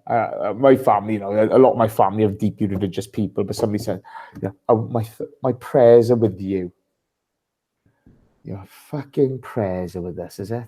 John, should we let him dig this hole on his own and just say no. He let him go. That's fucking great, isn't it? Send some cash or fucking vote against having guns. How about that, innit? Fucking your prayers are with us. Fuck off with your fucking prayers. So here, Danny, this is funny. I was watching a YouTuber the other day. So he's playing his game, but he was talking about Christmas and Easter. So Christmas Day is on the 25th of December. Everyone knows that. Yeah. And it's on that day because it's supposed to be when Jesus is born, right? I mean, it's not really why it's on the day, but that's why they say it's on that day because it's the winter solstice. But anyway, that's why they've put it on that date, right? So it's a fixed date. He was born in January. Well, he wasn't born ever, but go on. Well, no, he was born, but it wasn't until it would have been like springtime. They said October. No, well, fuck. Anyway, it was done because it's a winter solstice, but it's an exact date. Right, so they've got the date he was born, allegedly. Yeah. Easter changes every year. Pick when you want. No. What? No. So what you're saying to hang on. So what you're saying to me is Jesus was born on December 25th, but he came back to life on the third Thursday of the month of whatever. Yeah, and not an exact date. all the denominations have different days for Easter as well. But I tell you what, if you want to listen to a really, really good history podcast, Dan Snow's History Hit. Oh my God, it's amazing. It's superb history. But there's a theologian on there called Christina something, and she explains all this shit, and it's absolutely brilliant. Okay, and she's absolutely fabulous. I can't even find her name now. It's called Dan Carlin's Hardcore History, and he also used to do another one. No. He's talking about Dan Snow. Oh, Dan Snow. The one, the other one is the podcast one, and that's how I learned all about World War One. 6 long, amazing stuff. That Exploding Kittens, John. While Jason's looking it up, he'll probably shout over as soon as he's found it. What is it about? Yeah. It's just a card game. Like you don't explode kittens. You don't actually explode kittens, no. But yeah, it's just a fun card game, like humor and stuff, and yeah, doesn't take too long to play. It's pretty quick to pick up. There's loads of things like that. Can you cheat? I guess so. Yeah, I suppose so. Sorry, it's Francesca Stavraka Polu. Didn't she play for us at the end of last season before she got sent off? No, that's Socrates' real name. Right. Fantastic. I'm reading about Santa versus Jesus. Apparently, it's Team Santa v Team Jesus, and everyone. Whose team would you be on? Fucking Santa, obviously. At least 50% of those existed. Well, he was. Yeah, he's Turkish, isn't he? No, he's English. He's from Norwich. He's Turkish. English. He isn't he? St. Nicholas is from Turkey, isn't he? I thought. Greece. Well, that was I don't know, somewhere like. I'm sure it was Turkey. Oh, she's the QI history person. Josh said. Yeah. There you go. She's epic. She is. Absolutely epic. Somebody mentioned Thanksgiving. The Canadians have already had theirs. Have they? Yeah. I didn't even know there was one until last year. That's why that was the last ABW disaster, because we planned to do a pod around a North American pod around Thanksgiving, and how did I know that them lot have all got different Thanksgivings? They just make it up. So I said, well, it's not until the middle of November. Apparently in Canada it's October. No. Yes. Yeah. No one told me that. I was just look like the evil one. Greece, there you go. Big Bunny Kane says it was Greece he was from. And Jimmy the Greek says it's Greek. And if anyone will know, it's Jimmy the Greek. Yeah, she is of Greek origin. Yeah, can she play at centre back? That's all I need to know. I think she'd do better than our lot. We need someone at left back. Oh, while Carl is in transit to the US as we speak. Was he? Yeah. Not again. Nice. Is he gonna fuck up their tube? No, he said he's left instructions for his co-workers out to mess up Fifey's travel though whilst he's away.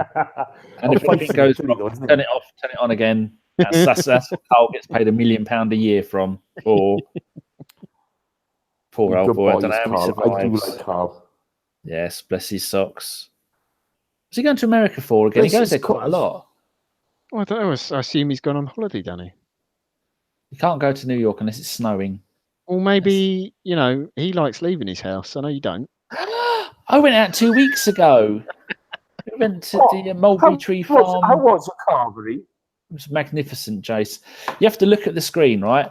No word of a lie. The cake they did, right, it was that long, but that thick at one end, going down to a wedge at the other end by about that wide. So it's took up nearly a whole dinner plate, and they're £5 a slice. Right, I can't see your arms. Have you lost use of those as well? Nope.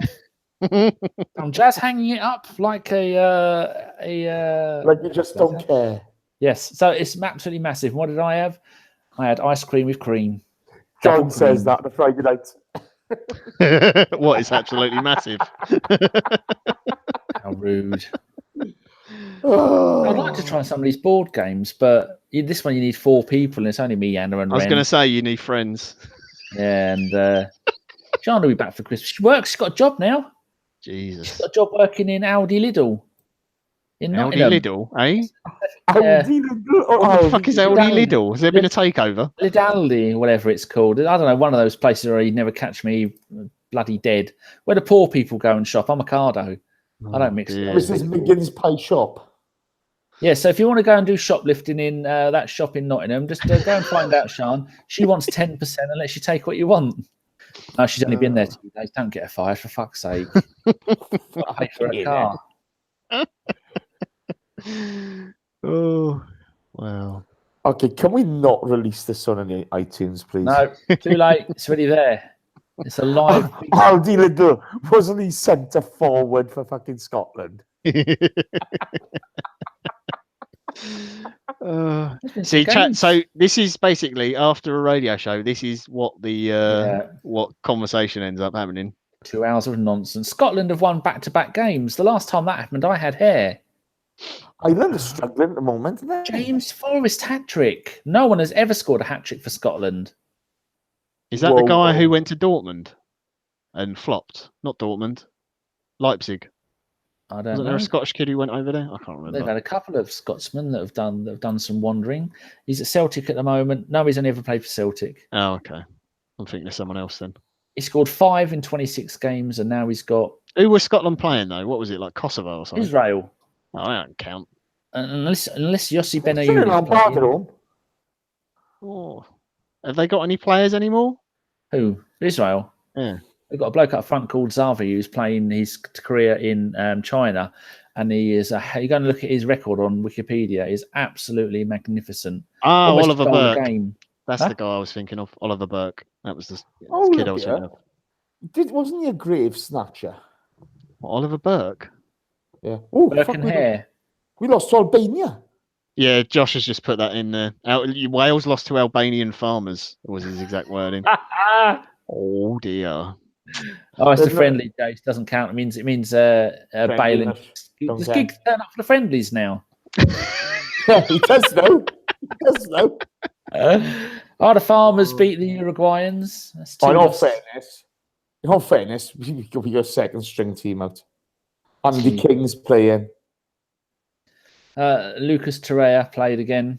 Got subbed off at 74 minutes. That's all right. USA lost again. Was that in Uruguay or was that somewhere in Europe? France. Oh, okay. That's all right then. Well, again, travelled. So, been FA Cup games as well. England under 21 smashed Denmark 5-1. See if anybody see Ethan Ampadu smash that Danish geezer the night? Don't need to know about his love life, Jace. You keep that kind of shenanigans to your rallies. Mate. Whatever he wants to do is fine by me. He's brilliant. Oh, actually, for anyone, you very strange people that are still here and listening and chatting away with us, if you enjoy films, in particular, hello, Daryl Kane. In particular, Giggs was looking after someone's wife. In particular, bad films. Check out a podcast called We Hate Movies. There's 4 blokes who do it. I think they're all from like New York area. It's hilarious. They get sent different films to review, and they'll do films from like doesn't matter what year, what era, or whatever. But they talk through the film and they absolutely rip it to shreds. It's one of the funniest things I've ever listened to. It's really good. They're definitely worth checking out. They're on Twitter, WHM Podcast. Trying to find the who scored for France. Giroud did a penalty. What do you think of France not making the Nations League semi-finals? I don't even know what it is. I know how it works now. I still don't get it. Do you actually get a trophy for winning it? Yeah, no, what it is, you have got divisions 1, 2, 3, and 4. Stack them 1, 2, 3, 4, and one at the top, 2, 3, 4.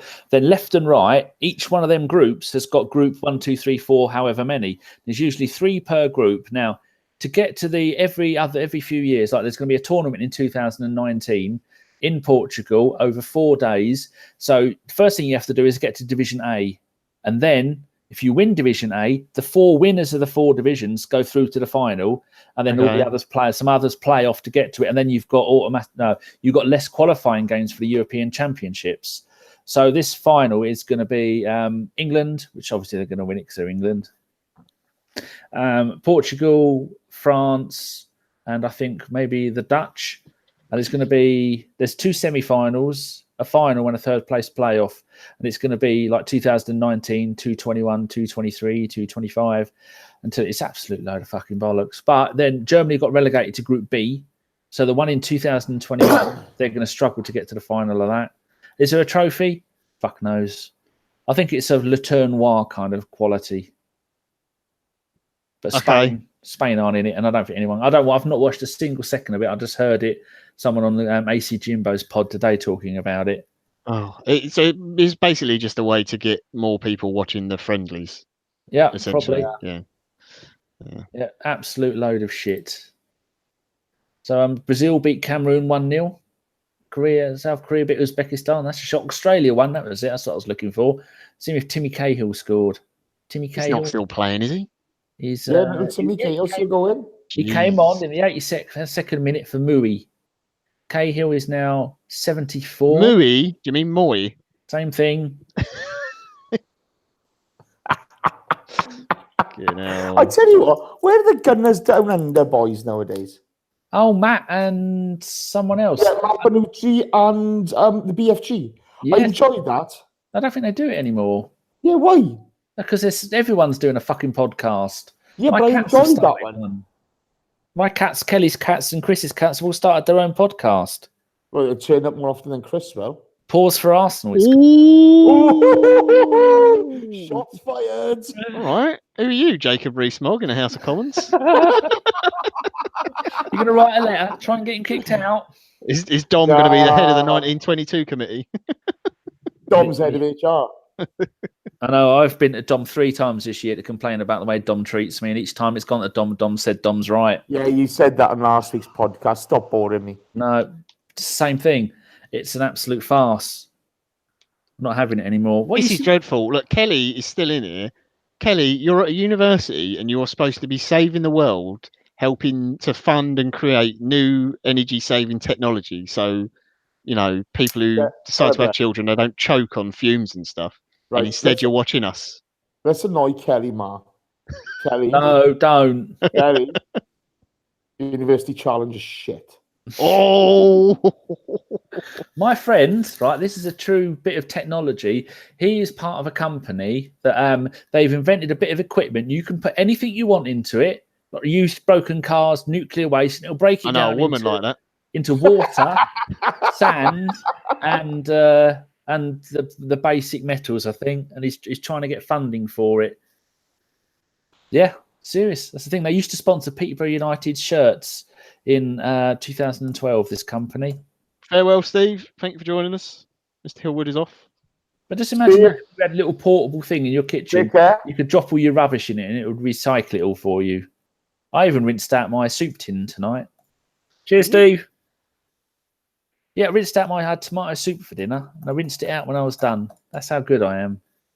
Nice. Where's Ellis Mel anyway? Oh, I think he said he was doing some washing up or cleaning or tidying. I take it he isn't joining us. Is he washing the slow cooker? I think she's made him plug it in and unplug it 50 times. He's his own worst enemy. Should we phone OG? He's probably at work, isn't he? He's seven. Yeah, he's still at work. He'd be out in the garden looking for his white cats in all the snow and all the white dogs. Kelly wants to know, Jace, are you on Tinder right now? No, I'm playing pool. The thing is, Kel, I'm a romantic. I don't do internet dating. Not since the incident. Fucking don't. I don't know what the hell is going on. Yeah, I'm playing pool, and I think I'm going to be losing. But you don't like games, Chase. Yeah, the only when I'm talking to you. Drives me nuts when I have people come round and they use their phones in the house. I never use my phone when I've got people here. I think it's very rude. If you do that, you deserve a slap. Oh, Grindr more likely, apparently, Jace. Oh, well done. Is that the one for gentlemen? Is somebody going for the comedy awards? Are they? Fucking hell. It's Thunder Road. Let's be honest, there's always one cunt, isn't there? That's Thunder Road. It would be Thunder Road. He was pointless, mate. Dan Fry is off. See Dan. Dan, take care, bro. Is he gone or is he saying goodbye to Steve? He said laters. Oh, you hello again. Hello again, my friend. Oh, Neil Diamond, what an artist. Really? What's that new film about the singing? The remake? A Star is Born. Apparently that's amazing. It makes even the hardest men cry. My mate, when I watched it with his missus the other weekend, he said he was bored out of his skull. I got to be honest with you, okay? It's the 4th time it's been made as well. Yeah. I've been made once or twice before. Yeah, who was the other ones? You had Barbara Streisand. I won. Oh, well done, mate. Thanks. Oh, well done. It's good. I did not cry. Kelly's lying. She did cry. She definitely cried. She said she was teary-eyed when she left. So let me get this straight, okay? One of them is an alcoholic. Don't ruin it for me. Right, it's 11 o'clock. It's got what's her face in it? Lady Gaga and Bradley Cooper. Yeah. Not interested. I cried like a little bitch every time I watched Marley and Me. I've not seen it. Bambi. A cartoon? No. Bambi. I can't watch Bambi. Oh, that's hilarious. Oh, when his mum dies, it's horrible. You don't see it, though. Yeah, but it's the thought of it. The poor little It's a deer. So, a deer, A female. Oh, don't dear. We've reached the rock bottom now, people. I think we should go. Jace. Oh, Josh is going. Bye-bye, Josh. Asking John about music is like asking him to select his favourite STI. Thanks, Josh. Oh, any preview for weekend games? Right, who we got? Bournemouth. Yeah. Go on, we'll do a bit of football before we go. Okay, right, so, right. 1:30 on Sunday. Okay, Bonds. Thanks, Josh. Sorry. Go on. Go on, Jace. I've lost it. now. You're talking about the game on Sunday. Yeah, come Who's on. going to be on it, Jace? That'll get your juices flowing. Are we going to see an improvement in performance, bearing in mind Bournemouth like to play? Well, they got hammered recently, didn't they? 3-0 or something, or 3-1? Their bubble has burst. I think we'll see an improvement from the Wolves game. Right. If anybody's got BBC 4, switch it on now. I don't have a telly.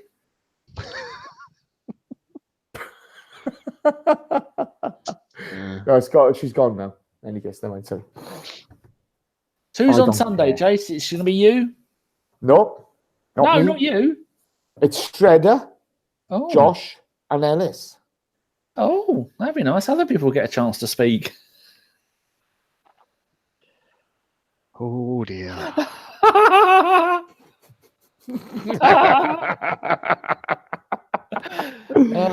dear. Oh, Yes. she's back. And then are you hosting on Thursday? I haven't done the lineup for What are next you week yet. twats doing? Fuck's sake. BBC My- 4. Might be looking at it. So Cyan Vesh says we might be looking at another draw if we are not up to it. Mr. Boblex, Yeah. we better see improvement from the Wolves game. Have we had One any injuries from the international Archie football? says one of Alba or Laka should start. So I assume he You means not got to both. start Lacazette. You got to start Lacazette. Yeah. Got to. I hate to say that. Oh, apparently Lacazette had a slight groin injury, slight doubt for the weekend. Aubameyang back injury, slight doubt for the weekend. What's he got a back injury for? He didn't play, did he? Carrying Did Gabon have a game? Carrying Gabon, probably. Oh. To be fair, he spent enough time carrying the Arsenal. Yes. Oh, Celavi says, "Hey guys, I'm in A&E in Lewisham watching the greatest podcast. Hope my bleeding tooth stops." Oh, sorry to hear that, mate. Jesus. Oh, Hey, whoa. Hope your bleeding tooth stops doing what? Yes. Oh, maybe it's not Yes. bleeding. Maybe Yes. it's bloody hurting. Fucking hurting. I hope my fucking tooth stops hurting. I hate teeth. Oh, they're bastards. Why don't you have yours taken out, Danny? I would like to. It's barbaric. I want them all taken out, another one screwed in. Dan Fry didn't go. Here's a good question for you. If you could change one thing about your body, right, and I'll give you my example first, what would it be? So mine would be the ability to stop my nails from growing. Oh, they're cunts, aren't they? Constantly needing attention. So annoying, isn't it? Wouldn't it be amazing if you could take a pill or something that would just stop your nails growing? You just cut them once, that's it. You ain't got to worry about them ever again. Oh. Yeah, he's a good philosophical question, Cyan Vesh. Do teeth bleed? Gums do. Yes.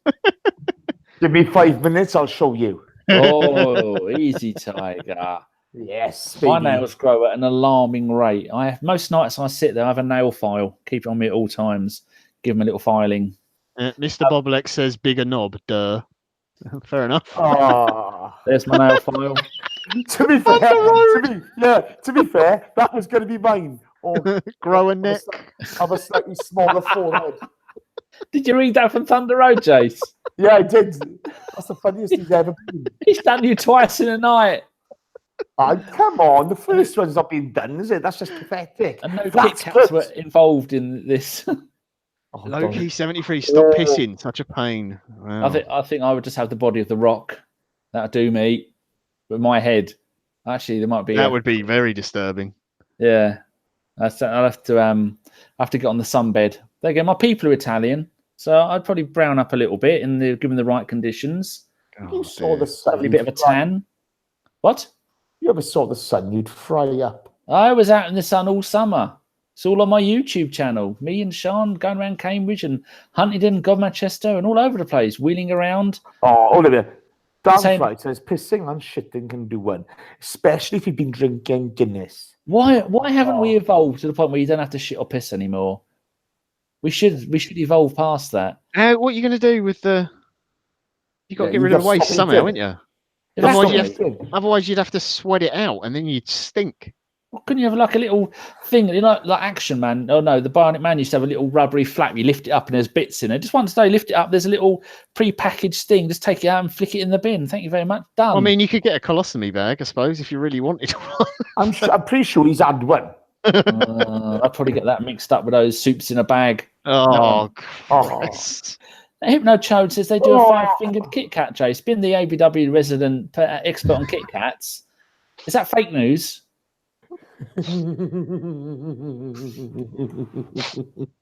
Oh, Mr. Boblex is already brown. Oh, that's I know Mr. Boblex. Of course I do. It's El Comandante, I think. Is that Mr. Boblex? I think. Is that you, El Comandante? I'm sure it is. Get a spray tan. No, Sean does bloody spray tans. Rubs it on. Hold up there. I've got to ask. Okay, there's 54 of you watching right now. Oh, here we go. You've got too many likes. Too many. No, it's not Mr. Boblex. Oh, sorry. Why? Boblex. Why? Why are they watching? What are you doing? Sort it out. Honestly, okay. Now look, to each and every one of you, we appreciate this. Okay, we really, really do. But surely, on God's green earth, okay, there must be something better to do than watch these three pillocks talk shit all day. This is it. I mean, I'm embarrassed to be on. Kelly Ma, I'm avoiding work. Good to know, Kelly. A bit like a university challenge for you then. You know? I've never watched, I hate quiz programs. I watched The Chase yesterday because Ian Lee was on it. You have to be a fucking moron not to win about 50 grand per show. I got nearly every single fucking question right. What a load of bollocks that because you've got to program get is. it's not the building the cash bit, it's the bit afterwards. Yeah. I just watched the whole show. I got nearly every question right. Have you seen the big lad on it from Cardiff? The bunny looks like a nonce. Yeah. Okay. Honestly, he used to go to the quiz on Monday at the Black Lion. Me and my mate Carl used to go up as four of us doing it. Did you bully him? No, he's a bright lad. And he's a big boy. He's a big, big boy. If he sat on you, Danny, Yeah. okay, then no, your legs don't work today. No. I do. I can wiggle them. Can you? Wiggle the toes. A key bar. Let's gravity. To be That'll be honest, I fine. prefer this. Less gravity. That's what we want. We need to get some kind of fun to lower the gravity of my house. I'll be floating. Imagine me floating around naked on camera. Oh god. There'll be bits everywhere. Oh, what was that movie? Free Willy. There's no need for that, was there? Oh. Hey, mate. You know, you bringing it? Oh, Jesus. Oh, I've got to go. I don't think Ellis is coming on, so I think we've nearly reached 2 hours. 2 hours. We started at 8 o'clock, didn't we? Well, my thing goes maybe it only goes back to Jesus. We did. Right, That's 3 hours. I'm out here. Remember, all money from this, any donations anybody makes via PayPal, the website, all this, all goes to. It's best to do it via PayPal on the site, then YouTube don't nick any. What?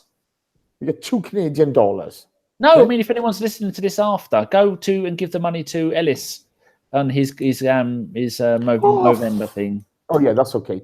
But if you not for us, if you'd like to tweet Ellis and say "fuck Ellis" for not turning up, fucking mangy creature. This has been going for 3 hours. Jesus shit. I hate you, Danny. It's not right. This cheered you up though. You're in a good mood now. That's good. I didn't have to come round and tickle you to make you smile. Okay, last question of the night. Go. I don't know. I'm trying to think of one. I thought there was one. Oh, Archie says bye. Kelly says night. Ebert joined Wenger at Milan. Oh, Jesus, Thunder. Oh, fuck. Don't start. The final question of the night, Jay, should be, should we shoot more? Switch this off, Dan. Good night, dog. Cheers, John. Cheers, Jace. Good night, everyone. Take care. Ta-da. Hello to Jason Isaacs. Oh, for fuck's sake.